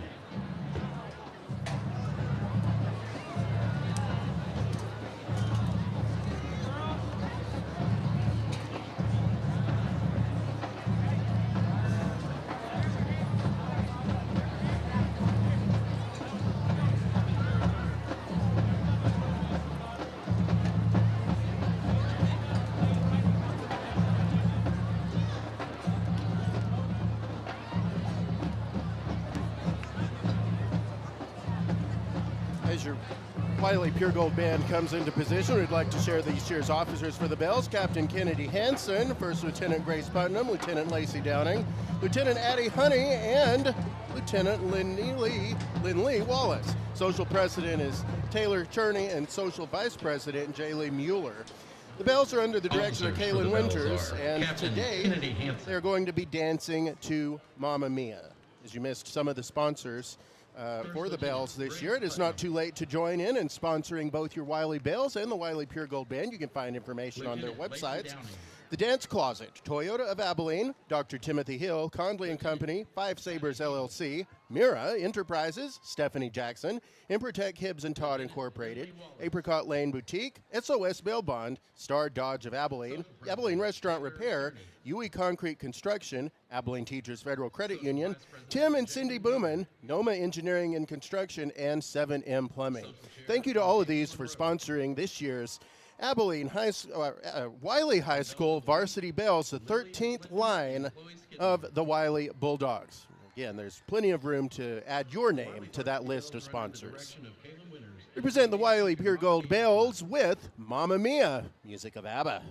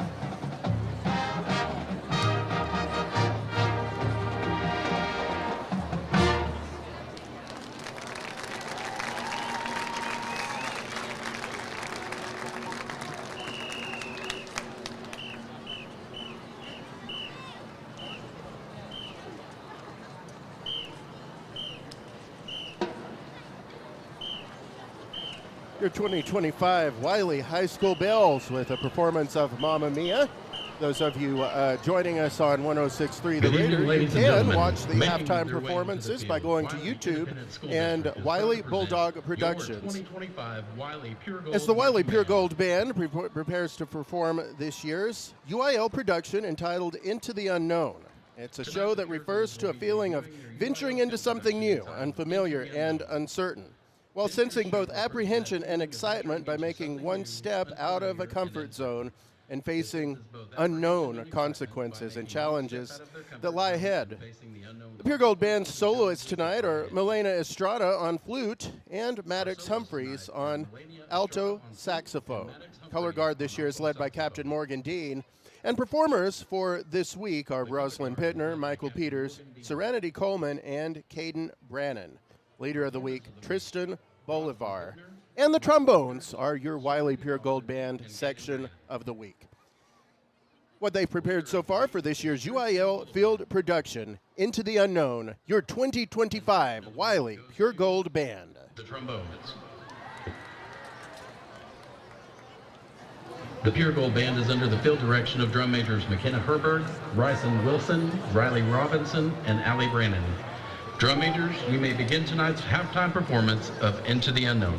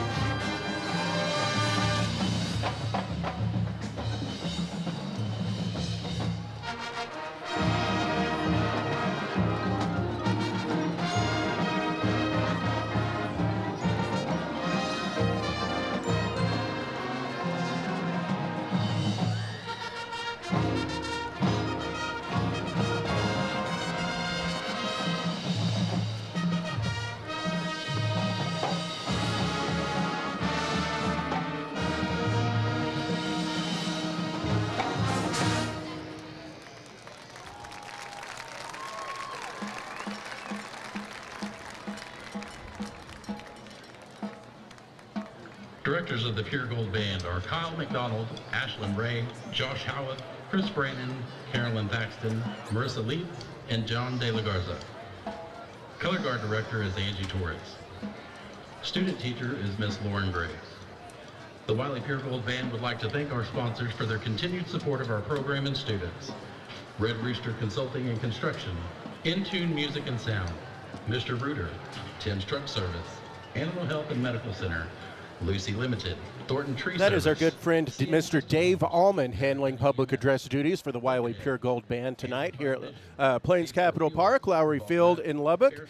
At halftime, Bulldogs in the lead, 7 over Lubbock Monterey Plainsmen 3, a 7-3 lead. We will continue in the Lawrence Hall halftime show in just a few moments. Again, it is not too late to look into becoming a sponsor of the Pure Gold Band or the Bells. They have information about Booster Club memberships on their websites. Great start to the season for the band in their second performance of the year, heading off towards marching contest, Wylie's own marching festival in mid-October with UIL district marching the week after that.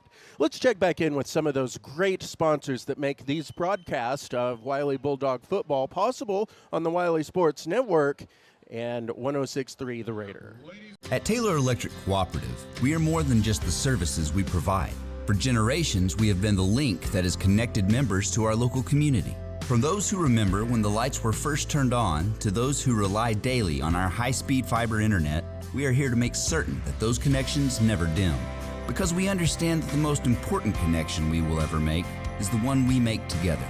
At Taylor Electric, we have provided generations with services for living and connections for life.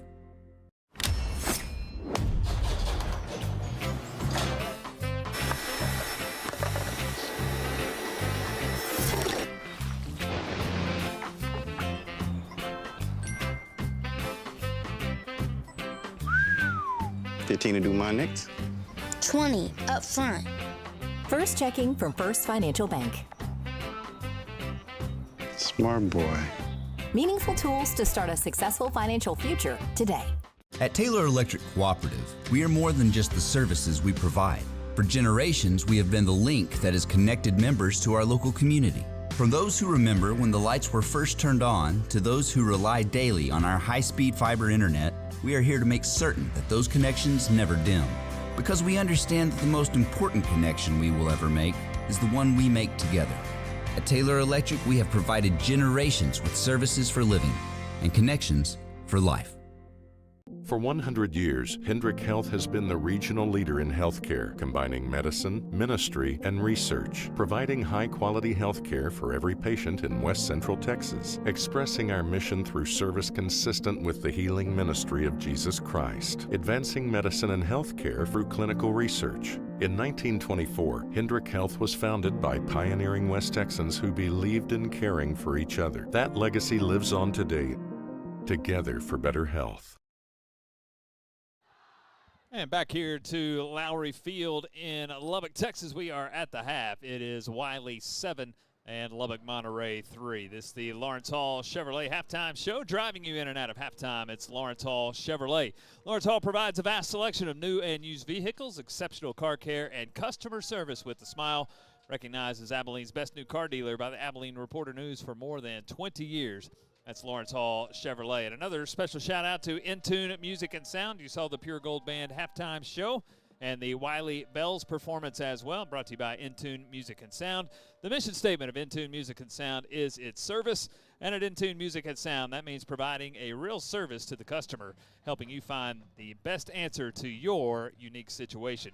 In-Tune Music and Sound. 7-3 Bulldogs here at the half. It was another defensive performance by the Bulldogs there in the first half of play as the Bulldog defense, the score tonight, the interception return by DeAndre Rodriguez. It was on Monterey's opening drive of the ball game, and DeAndre Rodriguez, the interception, he returned it 30 yards for the touchdown. That's Wylie's only points here of the first half. They had the early 7-0 lead. That was at the 7:50 mark of the first half, had the 7-0 lead. Monterey responded on their next drive with a 10-play, 60-yard drive, 5:06 off the clock.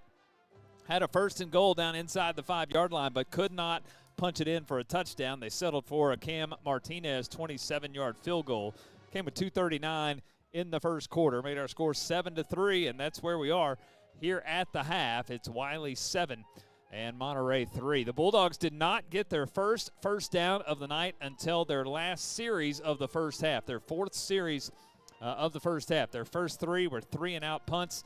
They got their first down on that 4th series, able to get 2 first downs on that drive, but the drive eventually stalled, and the Bulldogs punted the football again. First half tonight offensively, Wylie with 41 total yards of offense, 15 of that on the ground, 26 through the air, 41 yards of offense here at the half. Julius Lane in the first half has 5 carries for 6 yards, and Jaden Carlskent has 4 carries for 9 yards. They're the only 2 who have carried the football in the first half. Carlskent through the air tonight is 4 for 5 for 26 yards on the night. He has 2 completions to Blaze Ruffin for 16 yards. Jaden Namey has a reception for 10. Julius Lane does have a reception, but for no yards in that first half. So, again, Carlskent through the air, 4 for 5 for 26 yards. No interceptions and no touchdowns as well. The Bulldogs do have their first turnover of the year, a fumble late in that first half of play. The turnover battle is even at 1 apiece. So 41 yards for Wylie, 137 yards for Monterey there in that first half of play. 59 rushing and 78 passing there in the first half. Majority of the running was done by Legend Williams, the 5'8 sophomore. Had 15 carries in the first half, 15 for 74. He had 15 of the 17 running plays. The other 2 are the quarterback, Jonah Reed. One was a bad snap, one was a sack. He's got two rushes for negative 15 yards. Got to love the quarterback rushing stats. Reed in negative yardage again. Reed through the air tonight is 9 for 13 for 78 yards. Majority of that are out patterns, short outs that his receivers have done a nice job turning into major plays. Cam Taylor, the main receiver tonight, 5 receptions for 49 yards. 2 catches in the first half for Q Boyd for 23. 1 reception for Noah Alexander for 8. 1 reception tonight for Legend Williams out of the backfield. It went for negative 2. So 59 yards of rushing, 78 of passing, 137 for Monterey. And I'll come to Hodge. Hodge, I believe Monterey ran twice as many plays as Wylie. I believe Monterey 28 plays, Wylie with just 14. A little bit of the tail of the tape there in the first half as Bulldog offense just never really got into a rhythm, never really moved the football well. No, 3-and-outs to begin pretty much the first 3 drives. And then you get the one drive kind of making some moves. You did a great job defensively, putting great field position for you on that last drive, and then unable to do anything. You mentioned the fumble, which, again, you're up 7-3, but just really couldn't get anything going offensively. And, again, time of possession, you're the king of math, but the time of possession of how long the defense was on the field for the Bulldogs. And, again, bending, not breaking, forcing the field goal there early there in the second quarter. But, again, just a really tough go for it for the Bulldogs offensively. But winning the field position battle has helped not put them in a bind when it comes to bringing the defense back on to the field. Yeah, Monterey has started at their own 4-yard line for one drive, their own 16-yard line for another drive. They've had to try to go a long way, and just that's a long way to go. And the Bulldog defense has done a nice job. They've given up some yardage, but not the points. And here we are at 7-3. And it makes this, I think, this first drive of the second half all the more critical as Monterey's going to get the football. Well, and the reason I think it's critical is because from an offensive side, Monterey has some confidence. And they're just like, well, if we can just finally finish one off and put one in the end zone, now the momentum puts it back on, puts the edge for them, and now says, all right, Wylie, you got to do something offensively because, again, we've mentioned it. We've talked about the lone touchdown for the Bulldogs tonight has been the pick 6 by DeAndre. 7-3 Bulldogs. We'll take one more time out. We'll get to the second half kickoff. It's on the other side. We say thanks again to Lawrence Hall Chevrolet, our halftime show sponsor, as well as Intune Music and Sound, sponsor of our Pure Gold Band halftime show. Take the timeout. Bulldog football is powered by Taylor Electric Cooperative. We're on the Wylie Bulldog Sports Network and 106.3 The Raider.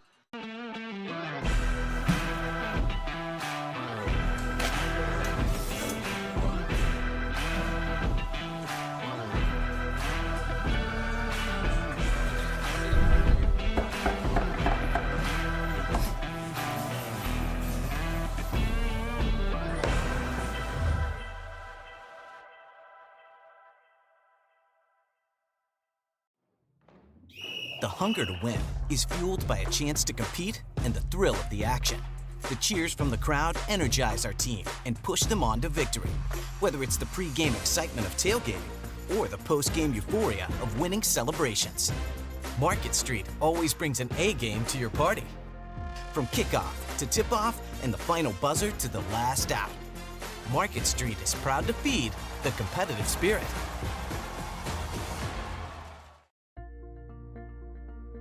At Borland Sobin and Partners, your comfort comes first. We understand that going to the dentist can be stressful, so we designed everything to make your visit as easy and relaxed as possible.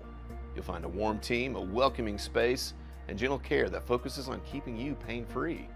If you're in pain, we offer same-day appointments because you shouldn't have to wait for relief. Whether it's a cleaning or something more involved, we make sure you feel safe, heard, and taken care of every step of the way.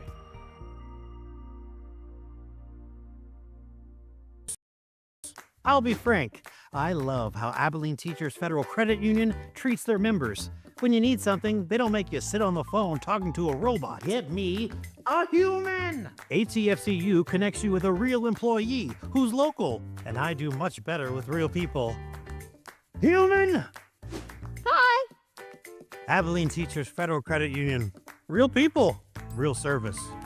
Your savings federally insured by NCUA. Hi, I'm country singer Lowrey Morgan, and when it comes to remodeling my bathroom, I trust Zentex Remodeling Group. As a family-owned and operated business right here in Big Country, Zentex installs bathtubs, showers, and accessibility systems all in as little as one day. Save $999 on your new bath or shower system or 0% interest for 24 months, plus a free call.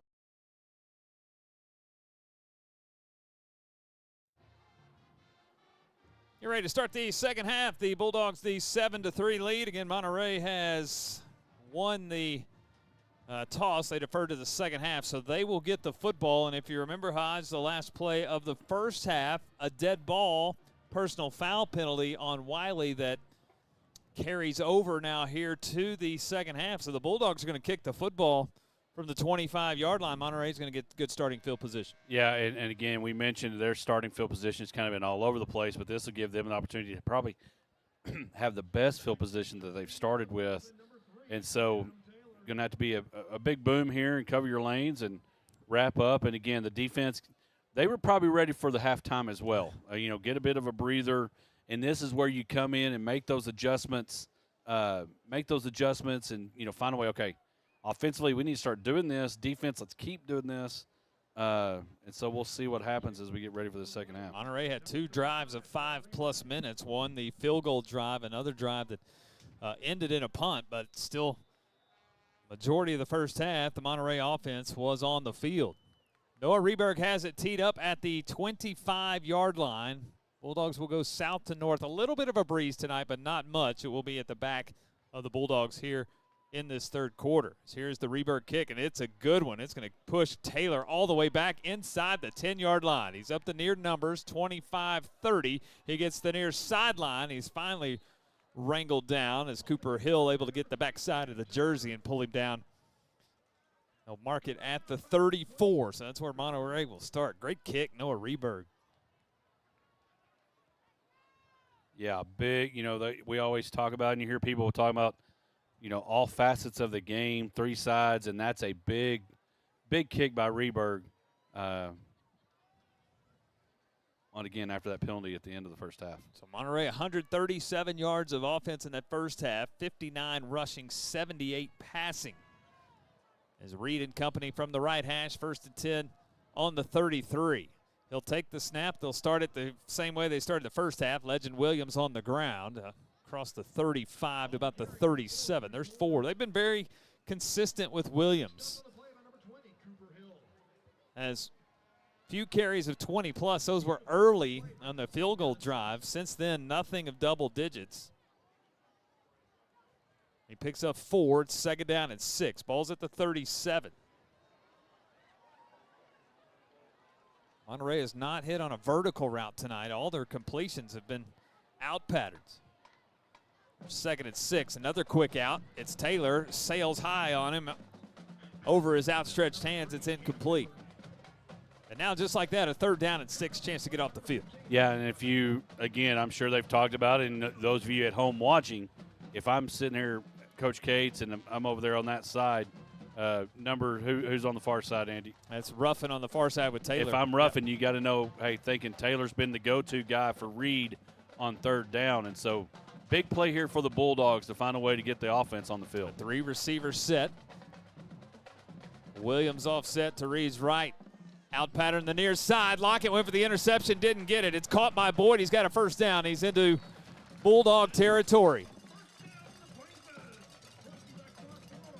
It will go as 20 on the pass and catch. Lockett tried to jump the route on the out pattern. He missed it. Boyd makes the catch. 1st and 10, Plainsmen, another 3rd down conversion. Yeah, big 3rd down conversion. Lockett there, just got to find a way to knock that thing down.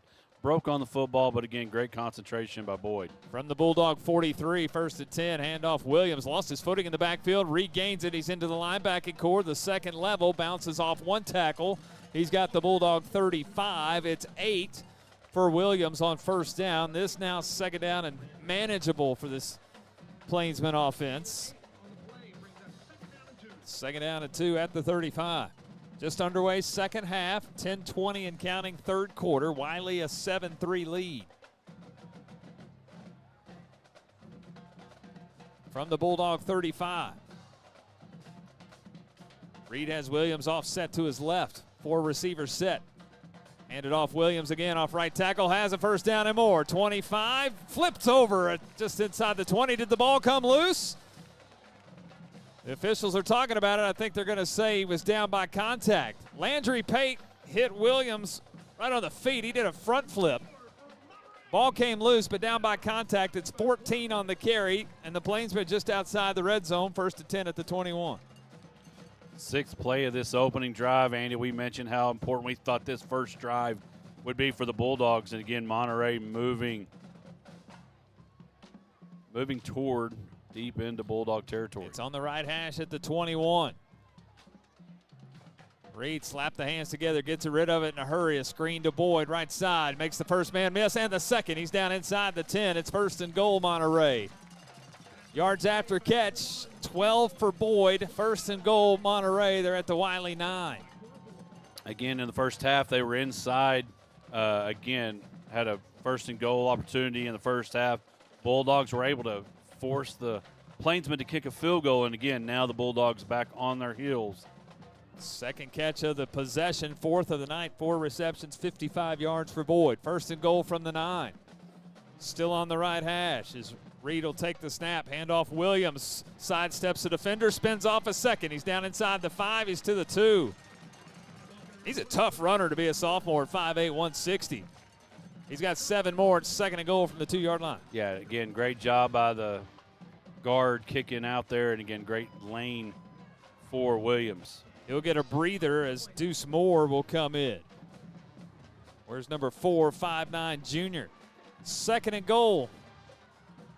Inside the 2. Wylie band trying to make some noise. Handoff. Moore. Bodies all over the place. Rugby style. Don't think he got there. He didn't. Maybe a yard to the 1, but it's a 3rd and goal from the 1-yard line.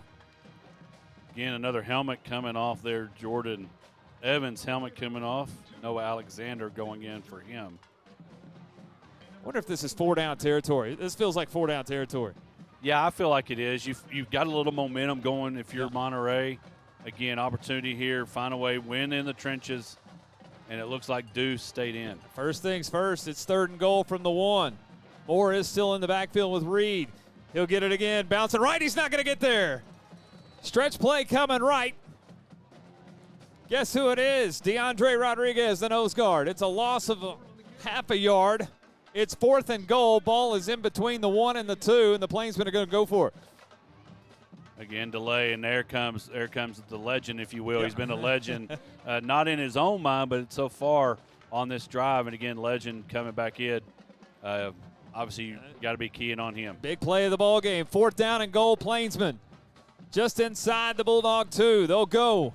Williams offset to Reed's right. Motion into the formation. Take the snap.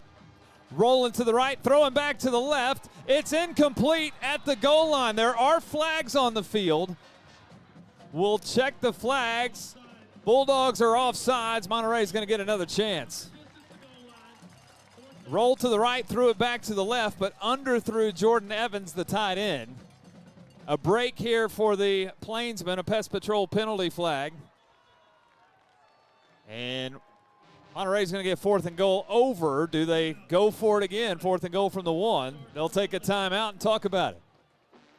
6:57 left, 3rd quarter. Wylie a 7-3 lead.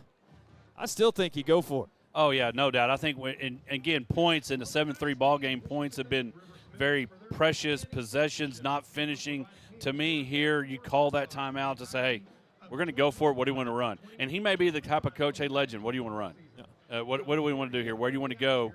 Again, wide open on the pass play. Fortunately for the Bulldogs, a underthrown pass. I don't think you necessarily have to go back to that well, but again, 4th down, I agree with you, Andy. You go for it here because if you don't get it, now the Bulldogs, who you've been able to keep at bay offensively, have to go 99 yards to, get pay dirt. And already 5 minutes deep in this 3rd quarter, 6:57. There's only going to be so many possessions over the course of the next quarter and a half. I mean, obviously, you don't necessarily hard count here or anything like that because, again, as we've had our 3rd and quarter and 4th and all that quarter we've had. But you look here, hold your water, find a way to get some penetration. We've had some snap exchange issues. We see maybe a break there. But here we go, 4th and 1. On the 10th play of the drive, 4th and goal from the Wylie 1. Williams offset to Reed's right. Ball's on the right hash. Tight formation for the Plainsmen. Reed take the snap. He's going to keep it on a quarterback keeper. He's right up the middle. He's into the end zone. It's a Monterey touchdown. Jonah Reed has not been the ball carrier of choice tonight, but he is on 4th and goal. And Wylie trails for the first time in 2025. It's 9-7 Monterey with an extra point to come. Yeah, you bring Legend in there, a bit of a decoy, and instead of giving him the ball, he becomes an extra blocker for Reed to follow through into the end zone. And as you mentioned, Andy, for the first time in 2025, the Bulldogs trail. Cam Martinez in for the extra point. The kick is on the way, and it is true. 6:51 left, 3rd quarter. Our new score, Monterey 10, Wylie 7. Bulldog football powered by Taylor Electric Cooperative on the Wylie Bulldog Sports Network, 106.3 The Raider. At Taylor Electric Cooperative, we are more than just the services we provide. For generations, we have been the link that has connected members to our local community. From those who remember when the lights were first turned on to those who rely daily on our high-speed fiber internet, we are here to make certain that those connections never dim. Because we understand that the most important connection we will ever make is the one we make together. At Taylor Electric, we have provided generations with services for living and connections for life.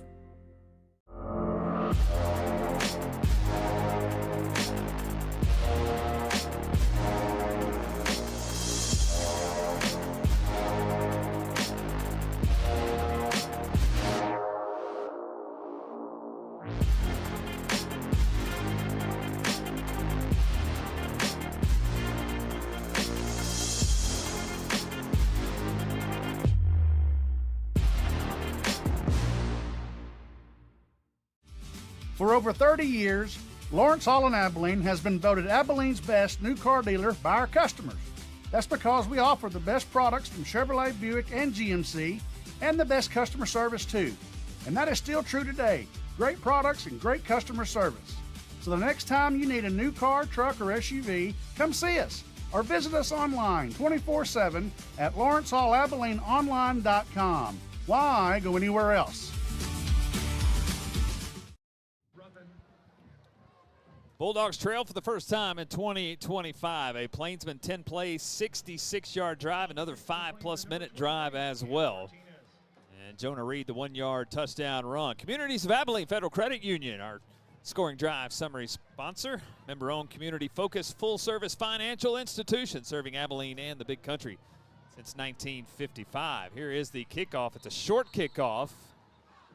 And Bo Cates, one of the up men, calls for a fair catch and makes it at the 30-yard line. All right, Hodge, an offense that struggled in the first half, just 41 yards of offense. And now trailing on the scoreboard for the first time, as we do have a pest patrol penalty flag. I believe Monterey is offside, so extra 5 yards.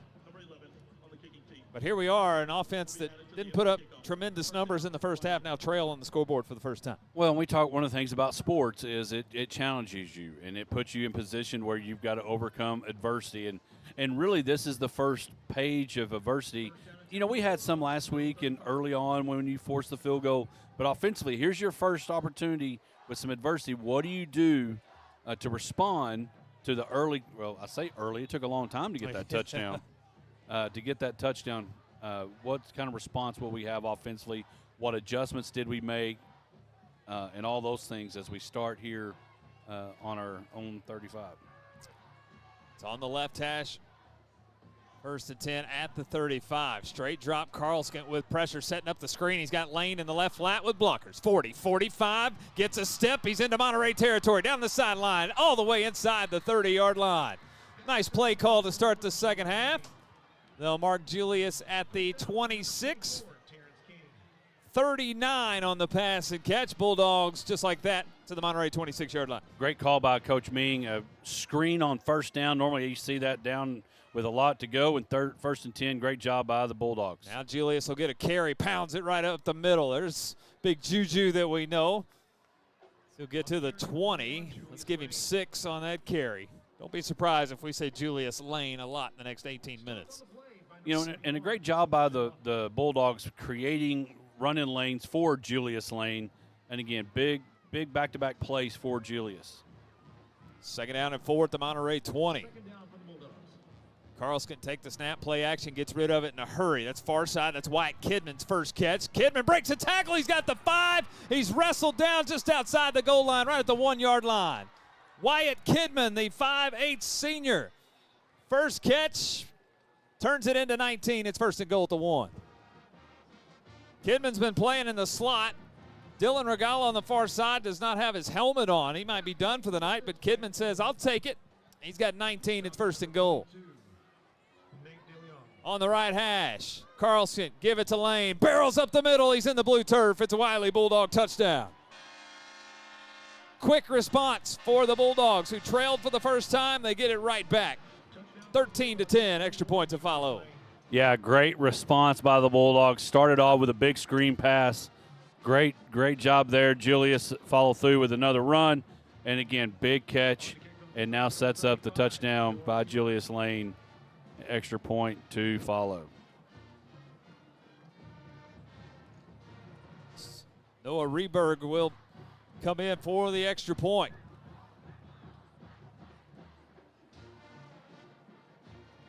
Snap is back, the hold is down. Noah's PAT is up, and it is through. 5:39 left third quarter. It's Wylie 14, Monterey 10. Bulldog football, we're powered by Taylor Electric Cooperative, Wylie Bulldog Sports Network, 106.3 The Raider.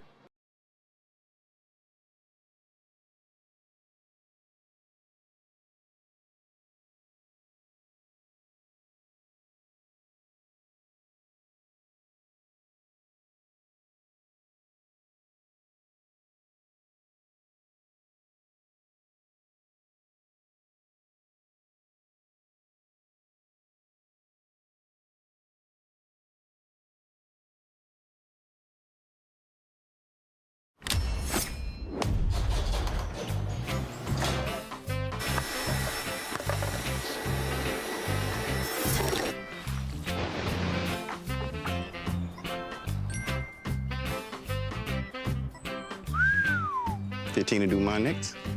20 up front. First checking from First Financial Bank. Smart boy. Meaningful tools to start a successful financial future today. Julius Lane, the 1-yard touchdown run, his second touchdown of the year. 4-play, 65-yard drive with 1:12 off the clock. Communities of Abilene Federal Credit Union scoring drive summary. You getting sacked by big bank fees? Communities of Abilene can help.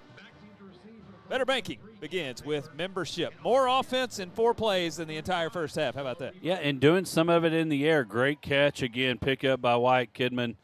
Maybe a new name for folks. Big catch and set up the touchdown. And now Phil mentioned the defense back on the field real quick, but that's a good way to get back on. Here's Reberg's kickoff. He'll kick it away from Taylor. No chance for a return. It's a touchback. And Monterey will come back out. Monterey's most impressive drive of the night, their first drive here of the second half. So we had 10 total points in the first half. We already have 14 here in the second half. 2 drives and 2 touchdowns.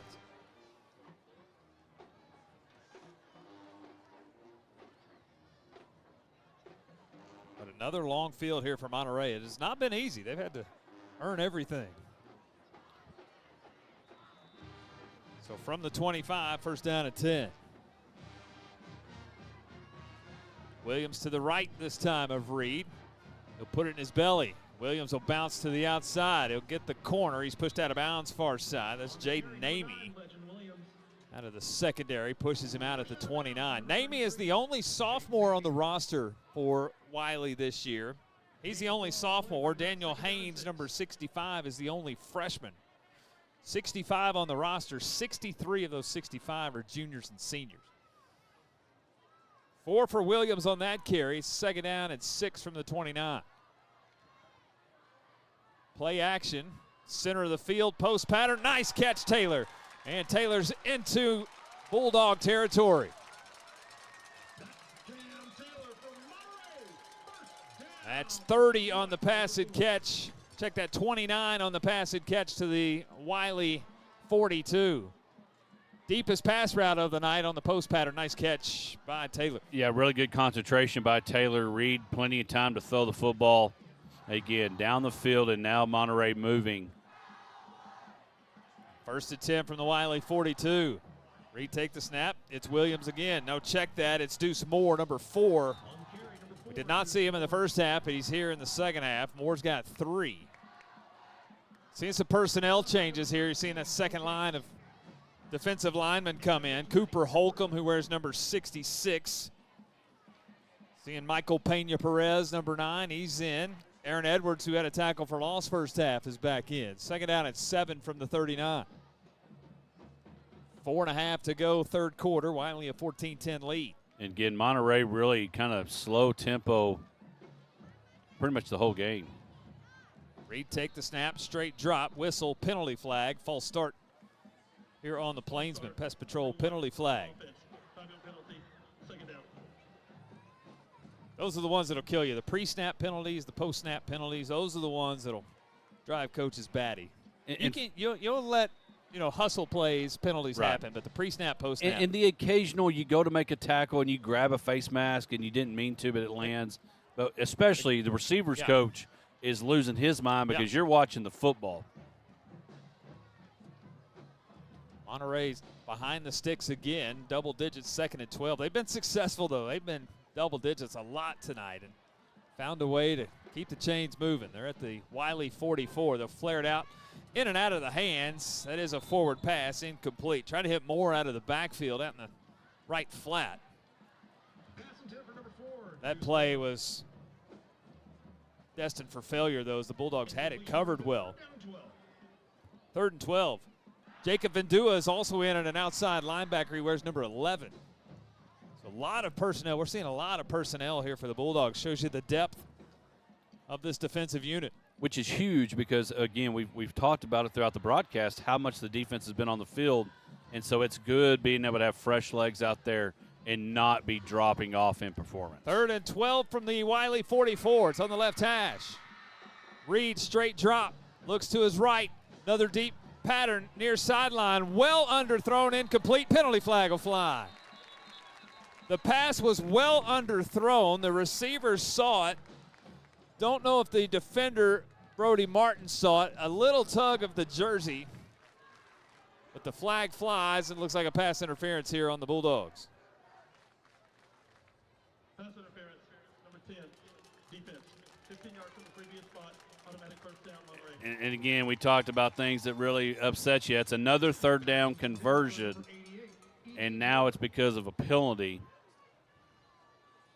And again, the other frustrating part, it's kind of like, fouling a kid in basketball. He wasn't going to make it because the ball was underthrown, and now new fresh set of downs for the Plainsmen. 15-yard mark off the Pest Patrol penalty flag. 1st and 10, Monterey at the Wylie 29. Little counter play here. Moore has got it down to the 20-yard line. Sprint out right, hand it off back left. Moore for 9. It's 2nd down and 1. Yeah. I haven't seen much misdirection tonight, but that one works well. Yeah, really good job. Kind of a delayed miss. Draw almost, yeah. Bo Cates brings him down, but a 9-yard gain again. 2nd down and 1, Plainsmen. They're at the Wylie 20. It's on the left hash. Lone receiver here on the wide side of the field. Pump fake, quarterback draw. Reed keeps. Hit at the line of scrimmage. Forward progress may get the first down. Looks like he'll still be short. They're going to call it short. 3rd and 1, no gain. Jacob Vendua gets the tackle, the 6-foot senior, 6', 200 pounds. Another 3rd down here, 3rd down and 1. 3 minutes left, 3rd quarter. Wylie leads 14-10. Again, flying by. Do they go hard count here to try to draw the Bulldogs off sides? Snap, handoff, Moore stretching right, has the first down. He's got the 15. Caught from behind by Carter Nelson. That snap looked like it went straight to Moore. I think it was going to be a handoff anyway, but the snap landed in the hands of Moore, who runs right, picks up a 4-yard gain. 1st and 10, Monterey at the Wylie 16. Yeah, fresh set of downs here for the Plainsmen. Really good job by Jordan Lockett. He kind of, as he was being blocked and took out Q Boyd, kind of knocked him into ledge. Another 3rd down conversion. Now 1st and 10, handoff Williams. Fresh legs, he's at the 5, he's into the end zone. It's a Monterey Plainsman touchdown. Williams had not been in this series until that carry. He takes it right up the gut for 16, and Monterey's back on top. They've got 16 on the scoreboard. 16-14, extra points to follow. Yeah, really good job by the Plainsman offensive line, creating the running lanes for Williams.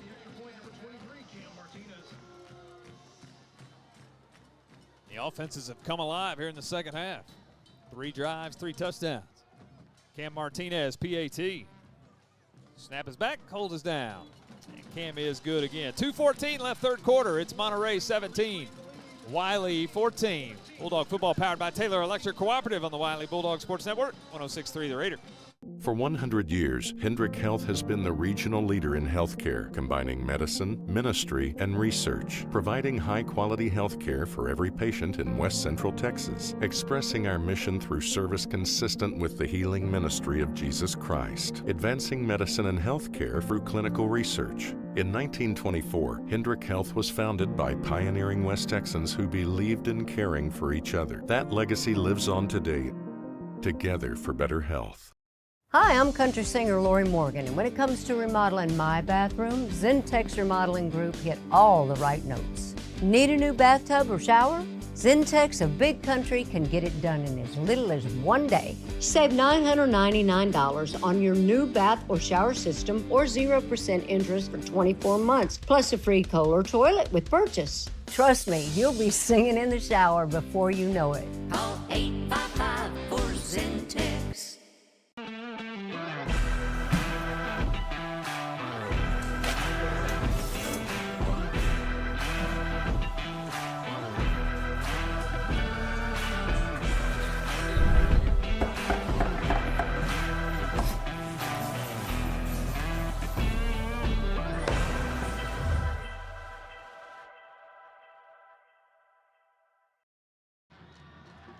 Here's the Martinez kickoff, another short kickoff, another fair catch by Bo Cates on the near side. Wylie will start with good field position again. They trail on the scoreboard again, 17-14.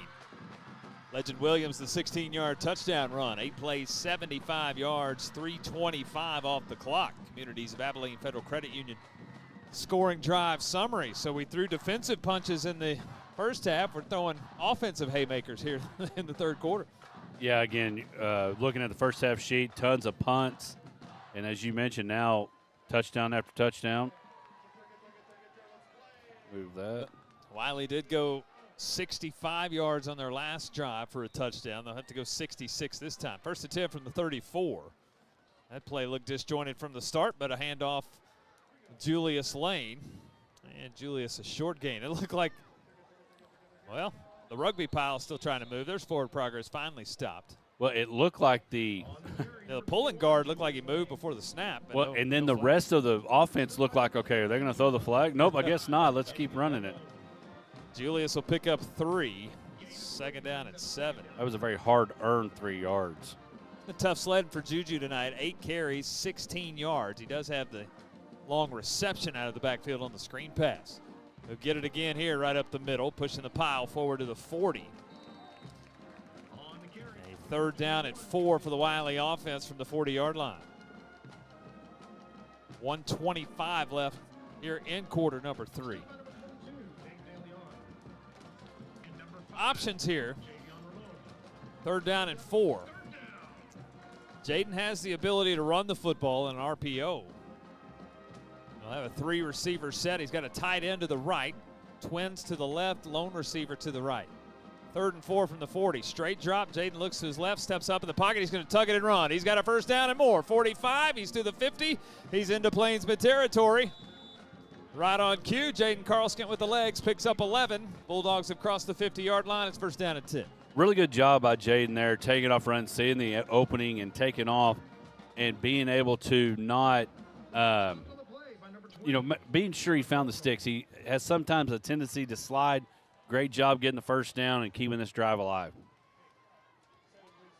This might be our final play of quarter number 3, first and 10 from the 49. Carlskent, handoff, Lane, met right at the line of scrimmage. Nothing as pressure off the edge. That was Darius Tillman coming off the edge, getting to the hole right as Julius did. No gain, it's second and 10. Bulldogs look content to take this to the fourth quarter. The final seconds of the third will run off. An offensive third quarter for these two teams. 3 drives, 3 touchdowns. We've got 3 in the books at Lowrey Field. At the end of 3, it's Monterey 17, Wylie 14. Fourth quarter coming up. Bulldog football powered by Taylor Electric Cooperative. The Wylie Bulldog Sports Network at 106.3 The Raider. Folks, I'll be frank. I love how Abilene Teachers Federal Credit Union treats their members. When you need something, they don't make you sit on the phone talking to a robot. Get me a human. ATFCU connects you with a real employee who's local, and I do much better with real people. Human! Hi! Abilene Teachers Federal Credit Union. Real people, real service. Your savings federally insured by NCUA. The hunger to win is fueled by a chance to compete and the thrill of the action. The cheers from the crowd energize our team and push them on to victory. Whether it's the pre-game excitement of tailgating or the post-game euphoria of winning celebrations, Market Street always brings an A-game to your party. From kickoff to tip-off and the final buzzer to the last out, Market Street is proud to feed the competitive spirit. At Taylor Electric Cooperative, we are more than just the services we provide. For generations, we have been the link that has connected members to our local community. From those who remember when the lights were first turned on to those who rely daily on our high-speed fiber internet, we are here to make certain that those connections never dim. Because we understand that the most important connection we will ever make is the one we make together. At Taylor Electric, we have provided generations with services for living and connections for life. Start of the fourth quarter, it's second down and 10. Carlskent's rolling to his right. He'll hit Blake Frailing in the flat. Short catch on the near sideline. As Frailing, his first catch, will get 4. It's third down and 6 for this Bulldog offense. Start of the fourth, Monterey 17, Wylie 14. Andy Penny, Ryan Holmes, Phil Hill, Trent Forrester bringing you Bulldog football here in the booth tonight. All sorts of cast of characters. We'll tell you about the entire Wylie AV Productions team again, the student staff who's made their way to Lubbock on a school night tonight. Third down and 6, Wylie. They're at the Monterey 45. Carlskett take the snap. 5-man pressure coming off the edge. He steps out of it. He dropped the football. It's loose. I think Jaden able to get back on it. He does, but he loses yardage back to the 48. It's 4th down and 9. It's pressure off the edge. Got to Carlskett. Stripped the football out of his hands, but Jaden back on it. Decision time here for Wylie, 4th down and 9. Loss on the play brings up 4th down and 9. Again, Jaden is the punter, so no personnel changes yet. And this forces Monterey to play defense instead of dropping somebody back in punt return formation. Jaden will punt it away, keeps it low, but it bounces, and a chance for a return as it's picked up on a bounce, Terrence King, and King has it back to the 40-yard line. So the Plainsmen get the stop. They'll have the football for the first time with the lead on the scoreboard. Stumped on the play by number 6, Wyatt Kidman. And number 54, Barrett Huffington. First and 10 at the 41 is where they'll put it. And now this becomes a big defensive series for the Bulldog defense, try to get off the field. Yeah, and they've been able to control the ball with long drives. You may see a lot of Legend Williams on this drive. He's offset to Reed's left, first and 10 from the 41. Take the snap. It is Williams right up the middle. And out across the 45. And look at that, pushing the pile forward all the way to 50. Close to a first down. It depends on a spot. I think he's got it. Yeah, they're moving him. And check that. That's actually number 4 again, Deuce Moore. Deuce Moore with 10. Move the sticks. First and 10 at the Wylie 49.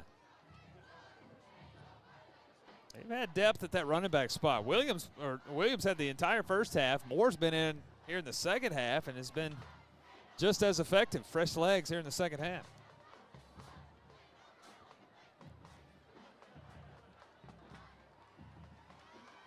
From the 49, first and 10.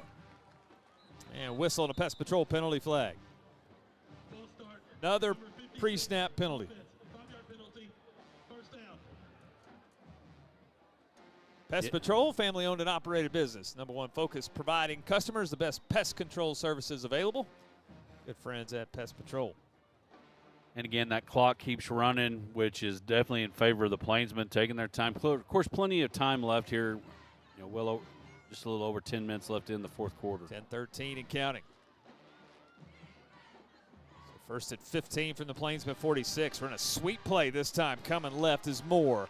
And Moore's got first down yardage. Cut it up at the left hash.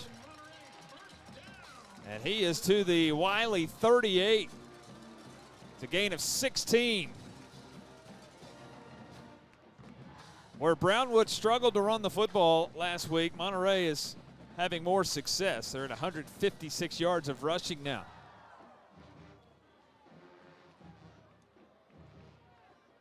First and 10 at the 38 now in Wylie territory.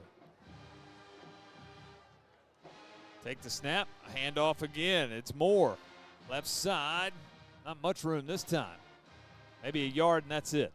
Looked like his feet got a little tangled up. I don't know if it was one of his linemen or just his footing. Kind of hesitated on, fell a little bit, and kind of was a good break for the Bulldogs. Shelton Ruthenbeck is in at a linebacker spot, 6'1", 165-pound junior. He wears number 41. He's in at one of those inside linebacker spots. 2nd and 9, Plainsmen at the Wylie 37. Take the snap, handoff again. Nowhere to run this time. Williams dropped in the backfield. Landry Pate, outside linebacker off the edge. On the carry, number 9, Legend Williams. Drops Williams for a 4-yard loss. And again here, Hodge, 3rd down and double digits for the Bulldog defense. Yeah, and it'll be interesting to see if Coach Cates keeps 3 and then, again, tries to play a little bit of a cushion. Got 4 defensive backs over the top. This has been the area of the field where Cam Taylor has been the receiver of choice. He's the lone receiver on the bottom side, the short side of the field. 3rd and 13. Reed looking for him. Out pattern. He's got it inside the 30. It looks like it's first down yardage. And it is at the 26. Plainsmen needed 13. Taylor gives them 15. It's first down and 10. Yeah, again, Cam just pushes off, gets cushion, separation from Ruffin, and again picks up the first down for the Plainsmen. Clock currently stopped as Taylor went out of bounds with 8:13 left. Monterey 17, Wylie 14. Plainsmen down inside the 30-yard line again. Reed take the snap, hand off, Moore piled up this time. Landry Pate again off the edge. Cooper Holcomb, defensive lineman number 66. Michael Pena Perez. I believe Luke Walker in there as well, number 26. Loss of 1, it's 2nd and 11.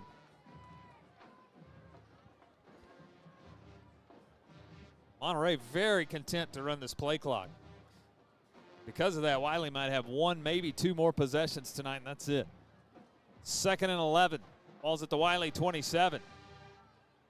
Play action. Throw it out in the flat. A diving catch is made, but it's a short gain. As Alexander had to dive to make that catch, maybe a yard, and that's it.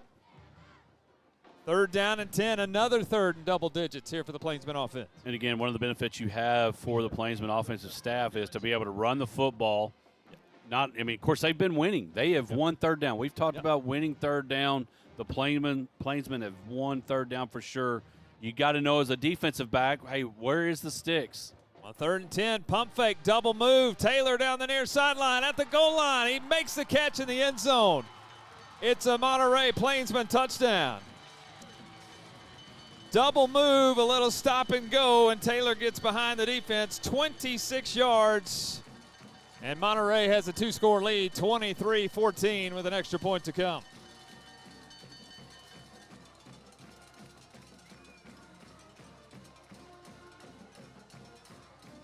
Little double move. First time we've seen that tonight. Jump the short route. And the double move open on the backside. Martinez in for the extra point.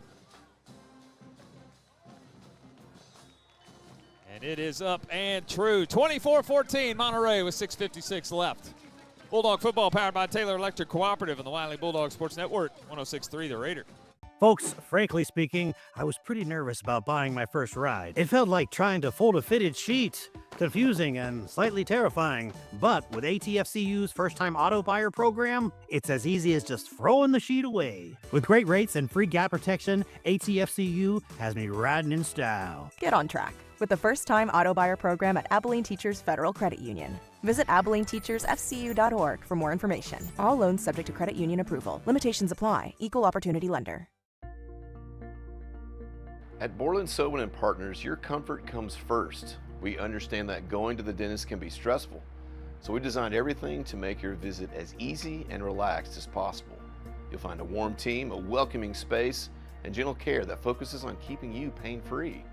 If you're in pain, we offer same-day appointments because you shouldn't have to wait for relief. Whether it's a cleaning or something more involved, we make sure you feel safe, heard, and taken care of every step of the way.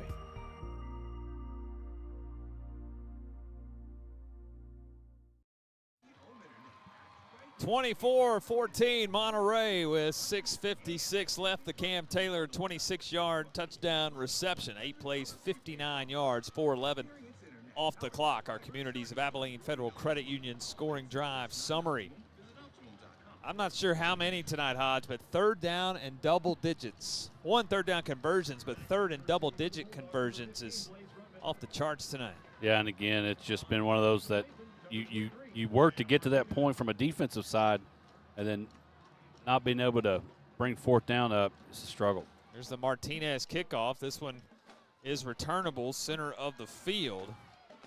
It's KJ Villegas. KJ out across the 35. Check that. That was Blaze Ruffin on the return. And he'll get out to the 37, it looks like, is where they'll mark it. So Long field ahead here for the Bulldogs. Not much time to work with, down by 10. Now need 2 scores here in the last 7 minutes. Yeah, you got to look again. Maybe they go back to the screen, something to get on the board quickly. 3 timeouts left. We have the 2-minute timeout as well. So a total of 4 timeouts that you could use to benefit you here, but you got to find a way to punch it in quick and make this a 1-score ball game. Carlskin will start with 3 receivers. He's got 2 to the wide side of the field. Lone receiver, Jaden Namey on the near side. Tight end to the right. Jaden will take the snap, pump fake. He wants to do a double move. He's going far sideline. It's a jump ball. Blaze Ruffin. Blaze wins the jump and makes the catch. 27 for Blaze Ruffin. He's to the Monterey 36. That's one way to get it back. Yeah, really good job. Had to go up and get it. Tackled inbounds, so the clock is rolling. 27-yard pass and catch. Here's a handoff to Julius, and Lane will push it to the 31. He's got 5, 2nd and 5. 6:20 and counting. Still plenty of time, but certainly up-tempo here for the Bulldogs now. Yeah, urgency definitely on high. 2nd and 5 from the 31. Carlskin straight drop, looks to his left, same play. Ruffin overthrows it incomplete. Ruffin had a step just on a vertical route.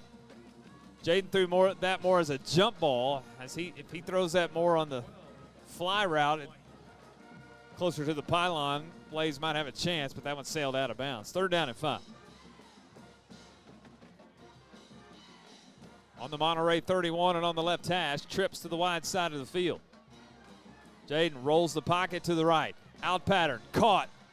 That's Ruffin again. Blaze with a stiff arm, pushed out of bounds near sideline. Should have enough for a 1st down. He's at the 30. 6 for Blaze. They needed 5. It's 1st and 10 at the Monterey 25. And more importantly, I think big is that Blaze was able to get out of bounds. 5:57 left. Monterey 24, Wylie 14. The 25 and on the right hash. Take the snap, get rid of it in a hurry again. Far side, 2nd catch of the night for Wyatt Kidman. Short gain to the 22s. He's tackled out there in the flat. Armin White. Darius Tillman also there. 2nd down at 7. Ball at the Monterey 22. Closing in on field goal range for Reberg. You need 2 scores here in the last 5.5 minutes. Here's a handoff. Lane with a seam spin move inside the 15. Bulldogs another 1st down. Julius has 8. 1st and 10 Bulldogs at the 14. I'm telling you, that old white hat gets that Ron Washington send you to home windmill clock rolling quick. No time given to set those chains. They're set now, 1st and 10 at the 14. Whistle and a Wylie timeout with 5:13 left. Not sure if this is a play call or a personnel type of timeout, but Wylie goes ahead and burns it here, 5:13 left. And again, you need 2 scores. I think you're in Noah Reberg's field goal range now. So you don't have to force a 4th down play. You certainly need 2 scores, and if touchdown is first option, you're going to take it. But And I mentioned it earlier about the 2-minute timeout. So you have that as well. So the some may be sitting at home like, well, we need those timeouts. But you want to get this thing right so you can get that, preferably obviously a touchdown here. Sure. To get the ball back. Like you mentioned, we're going to have to get a stop. There's a quick timeout. The Bulldogs are right back on the field. 1st and 10 at the 14 of Monterey territory. It's in the middle of the field. Trips to the right. Take the snap. Lane right up the gut. He's got the 10. He's got the 9. He's got the, put him on the 9. 5 for Julius. 2nd and 5 from the 9.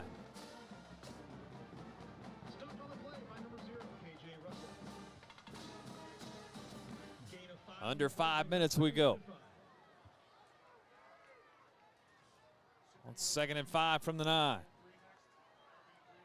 Play action. Throw it out. Kidman near side. Breaks the tackle. He's inside the 5. He spins down. They'll mark him at the 1. Wyatt's got 8. It's 1st and goal. Wylie at the 1-yard line. And now a whistle and a stoppage in play. A Plainsman is slow to get up on his feet. 4:37 left. Monterey 24, Wylie 14. Bulldogs will have a 1st and goal after the injury timeout. Hendrick Clinic Bone and Joint, specializing in orthopedics, sports medicine, and pain management to help you succeed through your seasons. That's Hendrick Clinic Bone and Joint. Be sure to stay with us post-game for the Animal Health and Medical Center post-game show. We'll give you our Abilene Glass and Mirror Player of the Game. We'll do that after this one concludes. 4:37 left. Bulldogs down by 10, but knocking on the door. We'd mentioned not seeing Regala here in the second half. Kidman doing a really good job. Great job yards after, not only after catch, but after contact. Now, Andy, you mentioned it. One of the things that you may see here with this stoppage, we see the elephant trunk a lot. The old single wing formation, yeah. And so could you go – it'd be hard to make that transition with the clock rolling to have that much personnel change. Right. But now Coach Ming has that opportunity. Again, unfortunate. But the opportunity, if you want to run that here, you can. Well, the downside of the single wing, last week it was Dylan Regala who took the snap, single wing. Dylan has not played here in the second half. He's on the far side without his helmet, so that might be part of the that's decision a making very good point. In personnel unit here. But Dylan's right out in the huddle with that offense, but no helmet for Dylan tonight. And that's the other thing is, again, and I don't want to get our white hat's opinion on it, but and here it is. Here it is. You called it, single wing. 1st and goal from the 1. Direct snap, Julius Lane off the right side. He will walk into the end zone untouched. It's a Wylie Bulldog touchdown. Nice call, Hodge.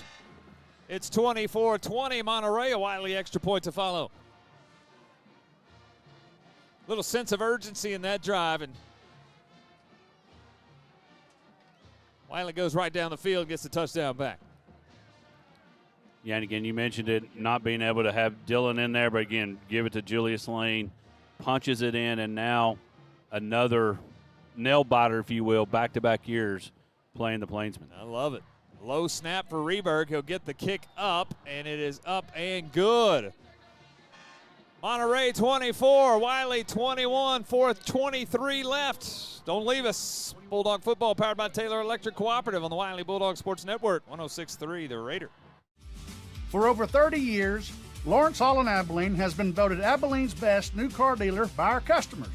That's because we offer the best products from Chevrolet, Buick, and GMC, and the best customer service too. And that is still true today. Great products and great customer service. So the next time you need a new car, truck, or SUV, come see us or visit us online 24/7 at LawrenceHallAbileneOnline.com. Why go anywhere else?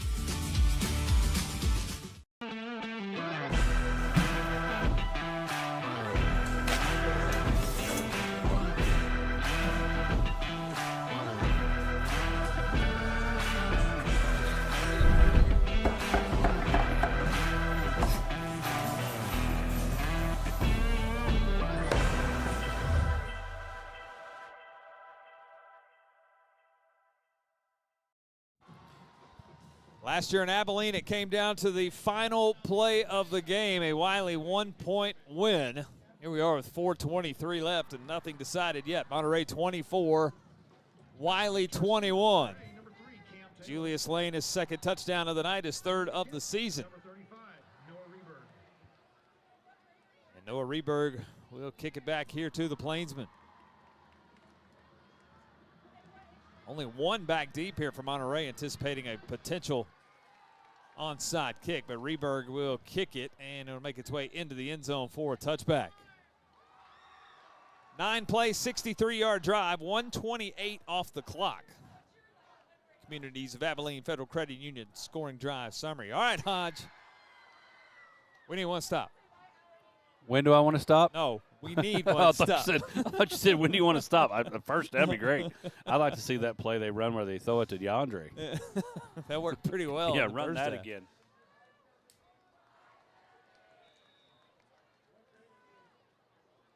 The pace of Monterey, they might only need a few first downs to run this thing out. Moore gets the call in the backfield. He'll get the carry on first down. Sidesteps a defender. He's out across the 30. He's got the 31. That's 6 on first down. It's second down and 4. Again, the Plainsmen will milk this 40-second play clock. We'll go under 4 minutes before the next snap of the football. Wylie led 7-3 at the half. It's been a touchdown fest here in the second half. Monterey 24-21. Monterey, they've scored on all 3 offensive drives, right? That is correct. Yeah, they've scored touchdowns on all 3 of their offensive drives here in the second half. Second down and 4 from the 31. 8 on the play clock. 3:40 on the game clock. Another snap, another handoff. Moore bounces left. Close to a first down. I think he's short. Blake Frailing, as well as Nicholas Jerpy, bring him down. It's third down and 1 Plainsman at the Wylie 34. And before the next snap of the football, we'll go under 3 minutes.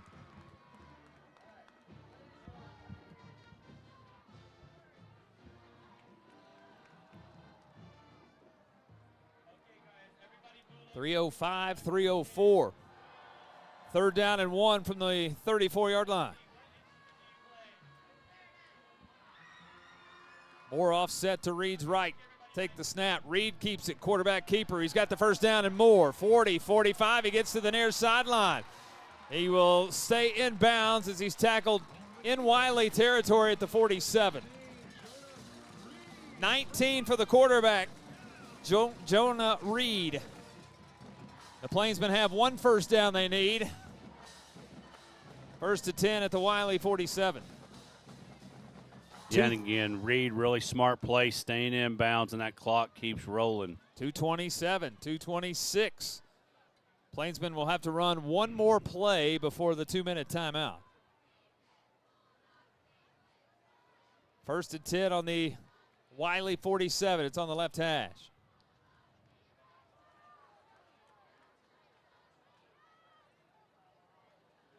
Read the snap. Handoff Moore, left side to the 45. 2-yard gain. And we have reached the 2-minute timeout. Monterey 24, Wylie 21 will step aside with 2 minutes to go. Wylie Bulldog football powered by Taylor Electric Cooperative, the Wylie Bulldog Sports Network, 106.3 The Raider.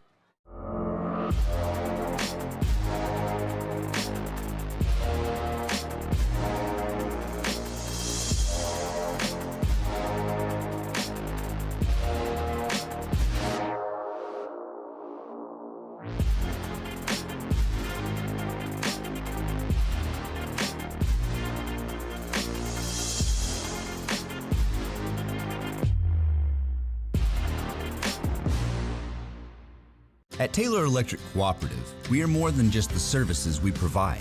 For generations, we have been the link that has connected members to our local community. From those who remember when the lights were first turned on to those who rely daily on our high-speed fiber internet, we are here to make certain that those connections never dim. Because we understand that the most important connection we will ever make is the one we make together. At Taylor Electric, we have provided generations with services for living and connections for life. 24-21, 2-minute timeout. Second down and 8 for Monterey. We're all in agreement here in the booth. 1 more Plainsman first down, and Wylie's in trouble. Just with clock management and 2 timeouts in Wylie's pocket. A few plays to get off the field, get the football back for 1 final push. Down by 3. Second down and 8. Monterey, they're on the Wylie 45.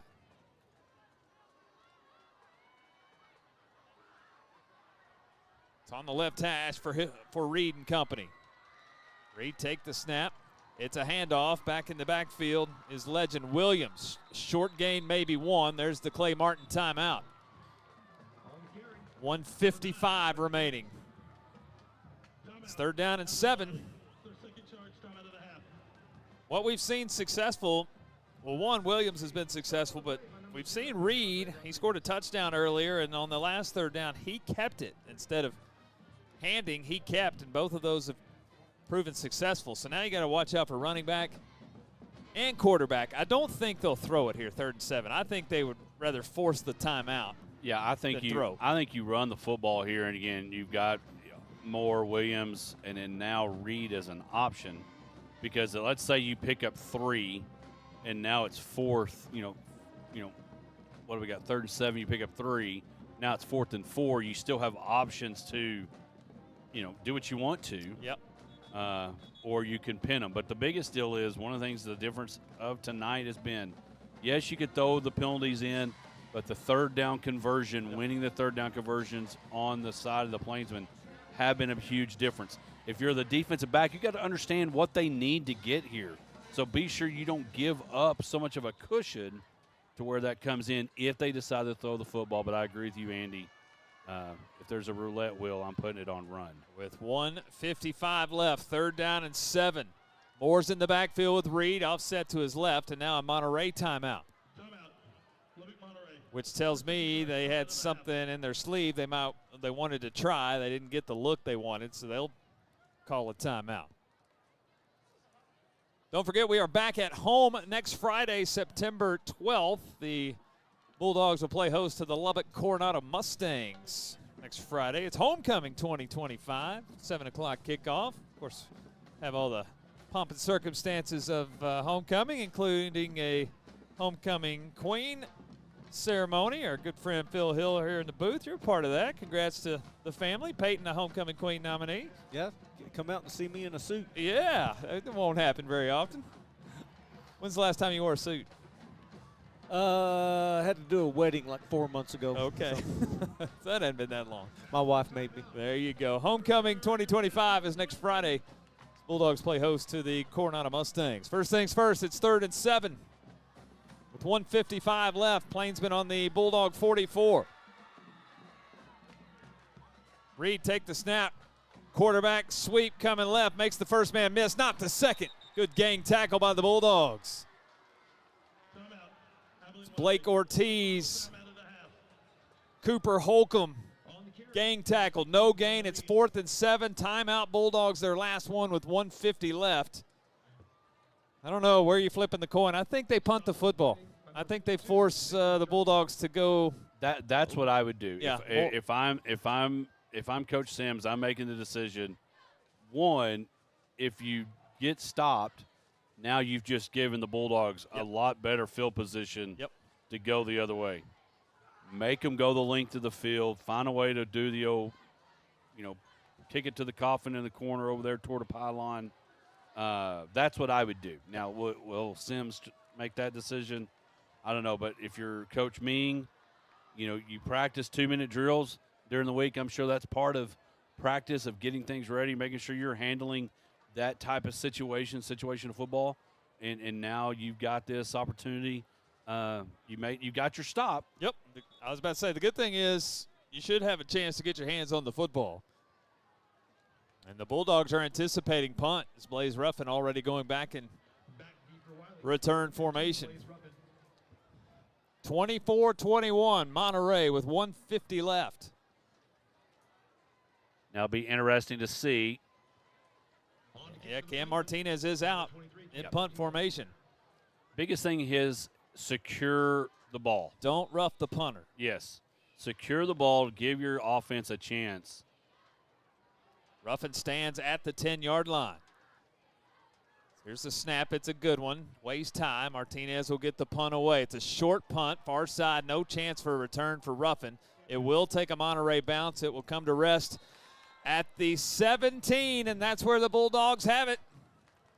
With 1:40 remaining and a lot of green in front of them, but a chance to go win the football game. 1st and 10 at their own 17. And that's things that you dream of, whatever your sport is, if it's football, basketball, baseball, whatever, is the opportunity to have that walk-off home run, game-winning buzzer beater shot, great golf shot. Well, here, opportunity you dream as a quarterback kid is an opportunity to go lead your team to a come-from-behind victory.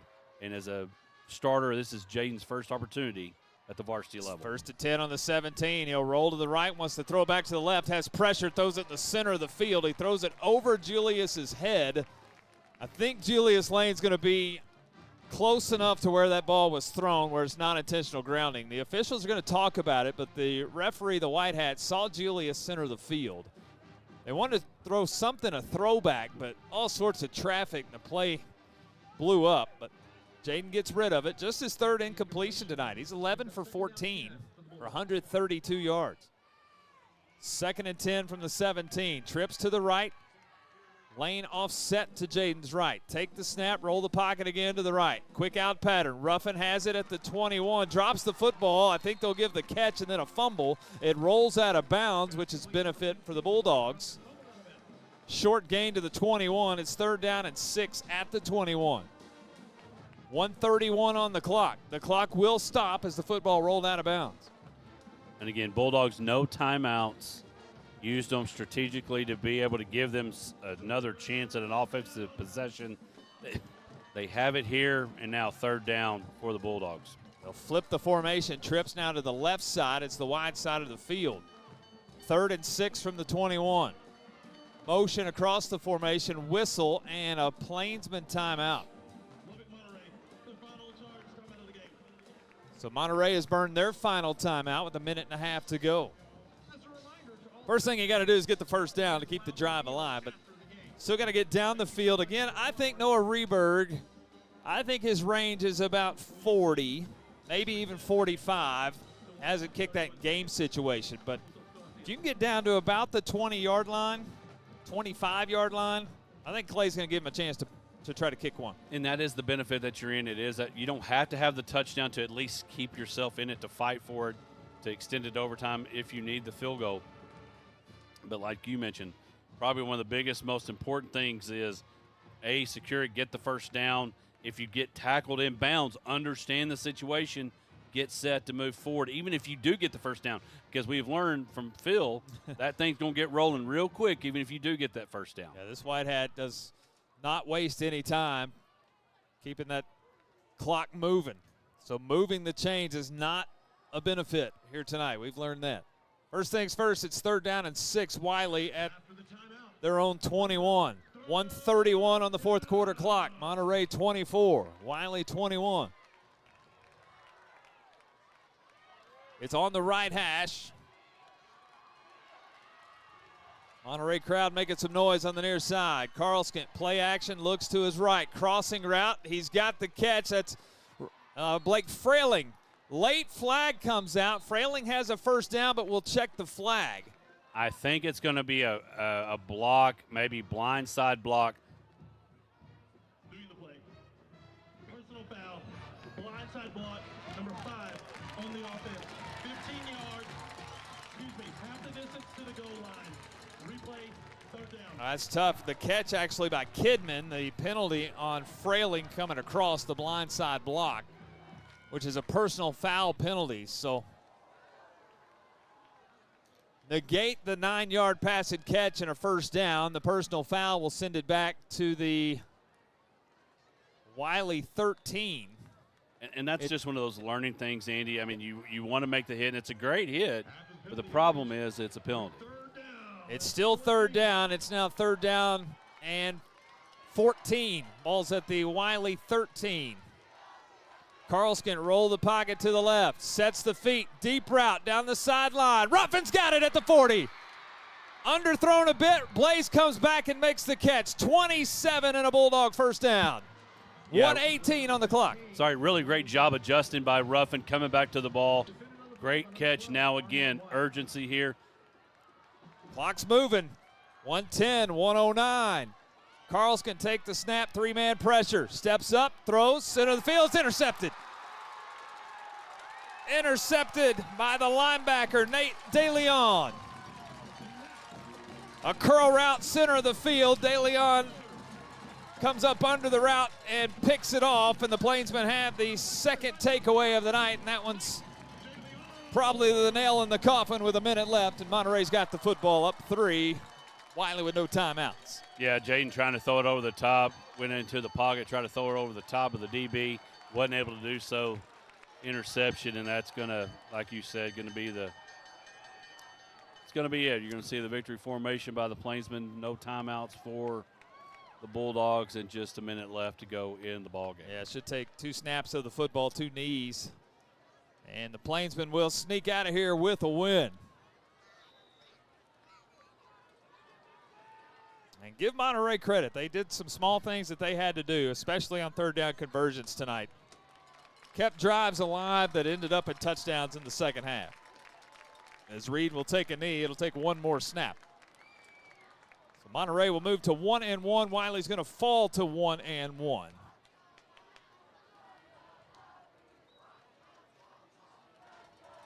A game that Wylie led 7-3 at the half. It turned into touchdowns in the second half. Monterey with 3 of them to Wylie's 2. There's one more snap, one more knee, and the final seconds will tick off. Plainsmen will get the win.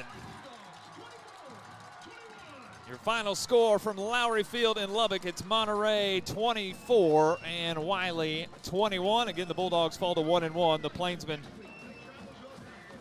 are now 1-1 as well. We'll get into the Animal Health and Medical Center post-game show. We'll give you our Abilene Glass and Mirror player of the game as well. We'll do it on the other side. Thanks for being with us tonight. Bulldog football powered by Taylor Electric Cooperative on the Wylie Bulldog Sports Network in 106.3 The Raider. At Taylor Electric Cooperative, we are more than just the services we provide. For generations, we have been the link that has connected members to our local community. From those who remember when the lights were first turned on to those who rely daily on our high-speed fiber internet, we are here to make certain that those connections never dim. Because we understand that the most important connection we will ever make is the one we make together. At Taylor Electric, we have provided generations with services for living and connections for life.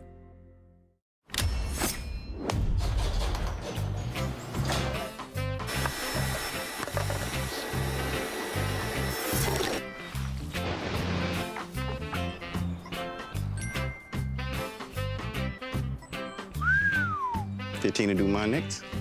20 up front. First checking from First Financial Bank. Smart boy. Meaningful tools to start a successful financial future today. For 100 years, Hendrick Health has been the regional leader in healthcare, combining medicine, ministry, and research, providing high-quality healthcare for every patient in West Central Texas, expressing our mission through service consistent with the healing ministry of Jesus Christ, advancing medicine and healthcare through clinical research. In 1924, Hendrick Health was founded by pioneering West Texans who believed in caring for each other. That legacy lives on today, together for better health.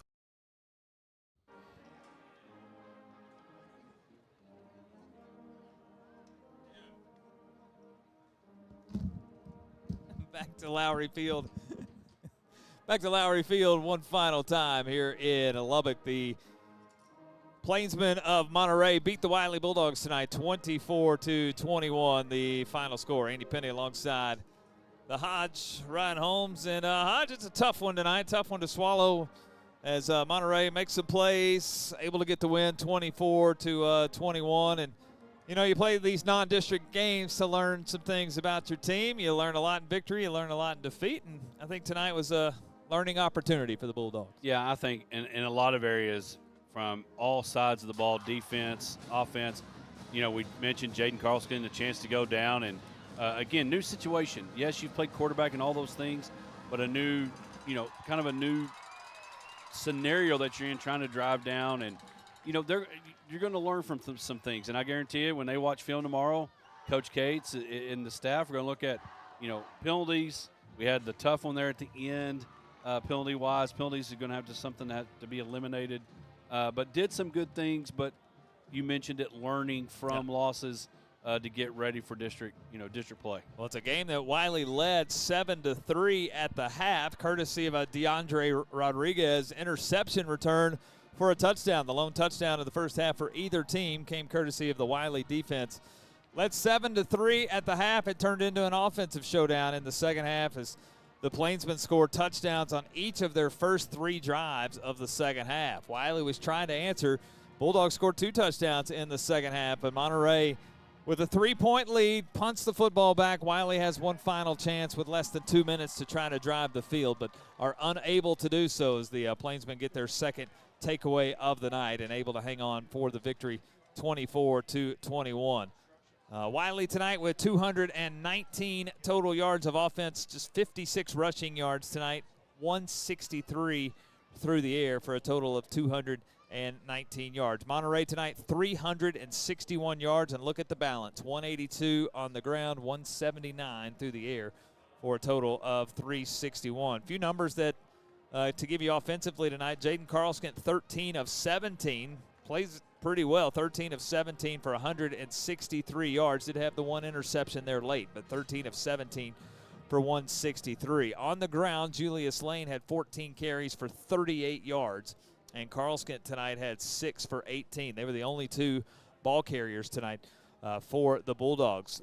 Receiving tonight, Blaze Ruffin in 6 catches for 80 yards. Nice night for Blaze catching the football. And also 3 catches tonight for Wyatt Kidman, 3 for 30 yards.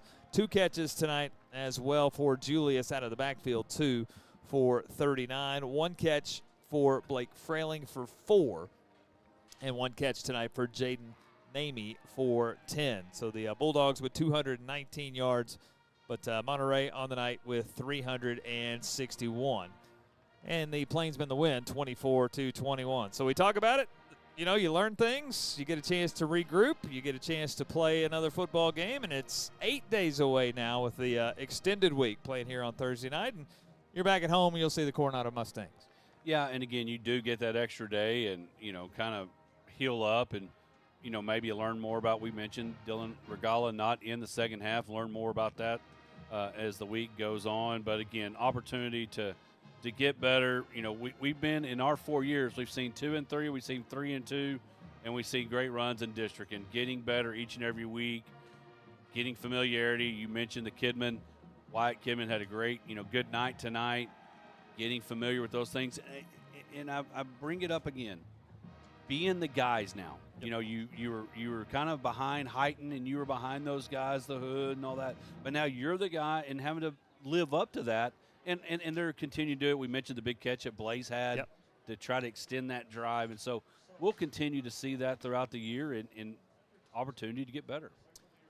Abilene Glass and Mirror is, since 1946, they've been Abilene's preferred glass and mirror shop. You're sure to find what you're looking for there. Visit them at AbileneGlass.com. Abilene Glass and Mirror, good to support our player of the game. And Hodge had some to choose from tonight.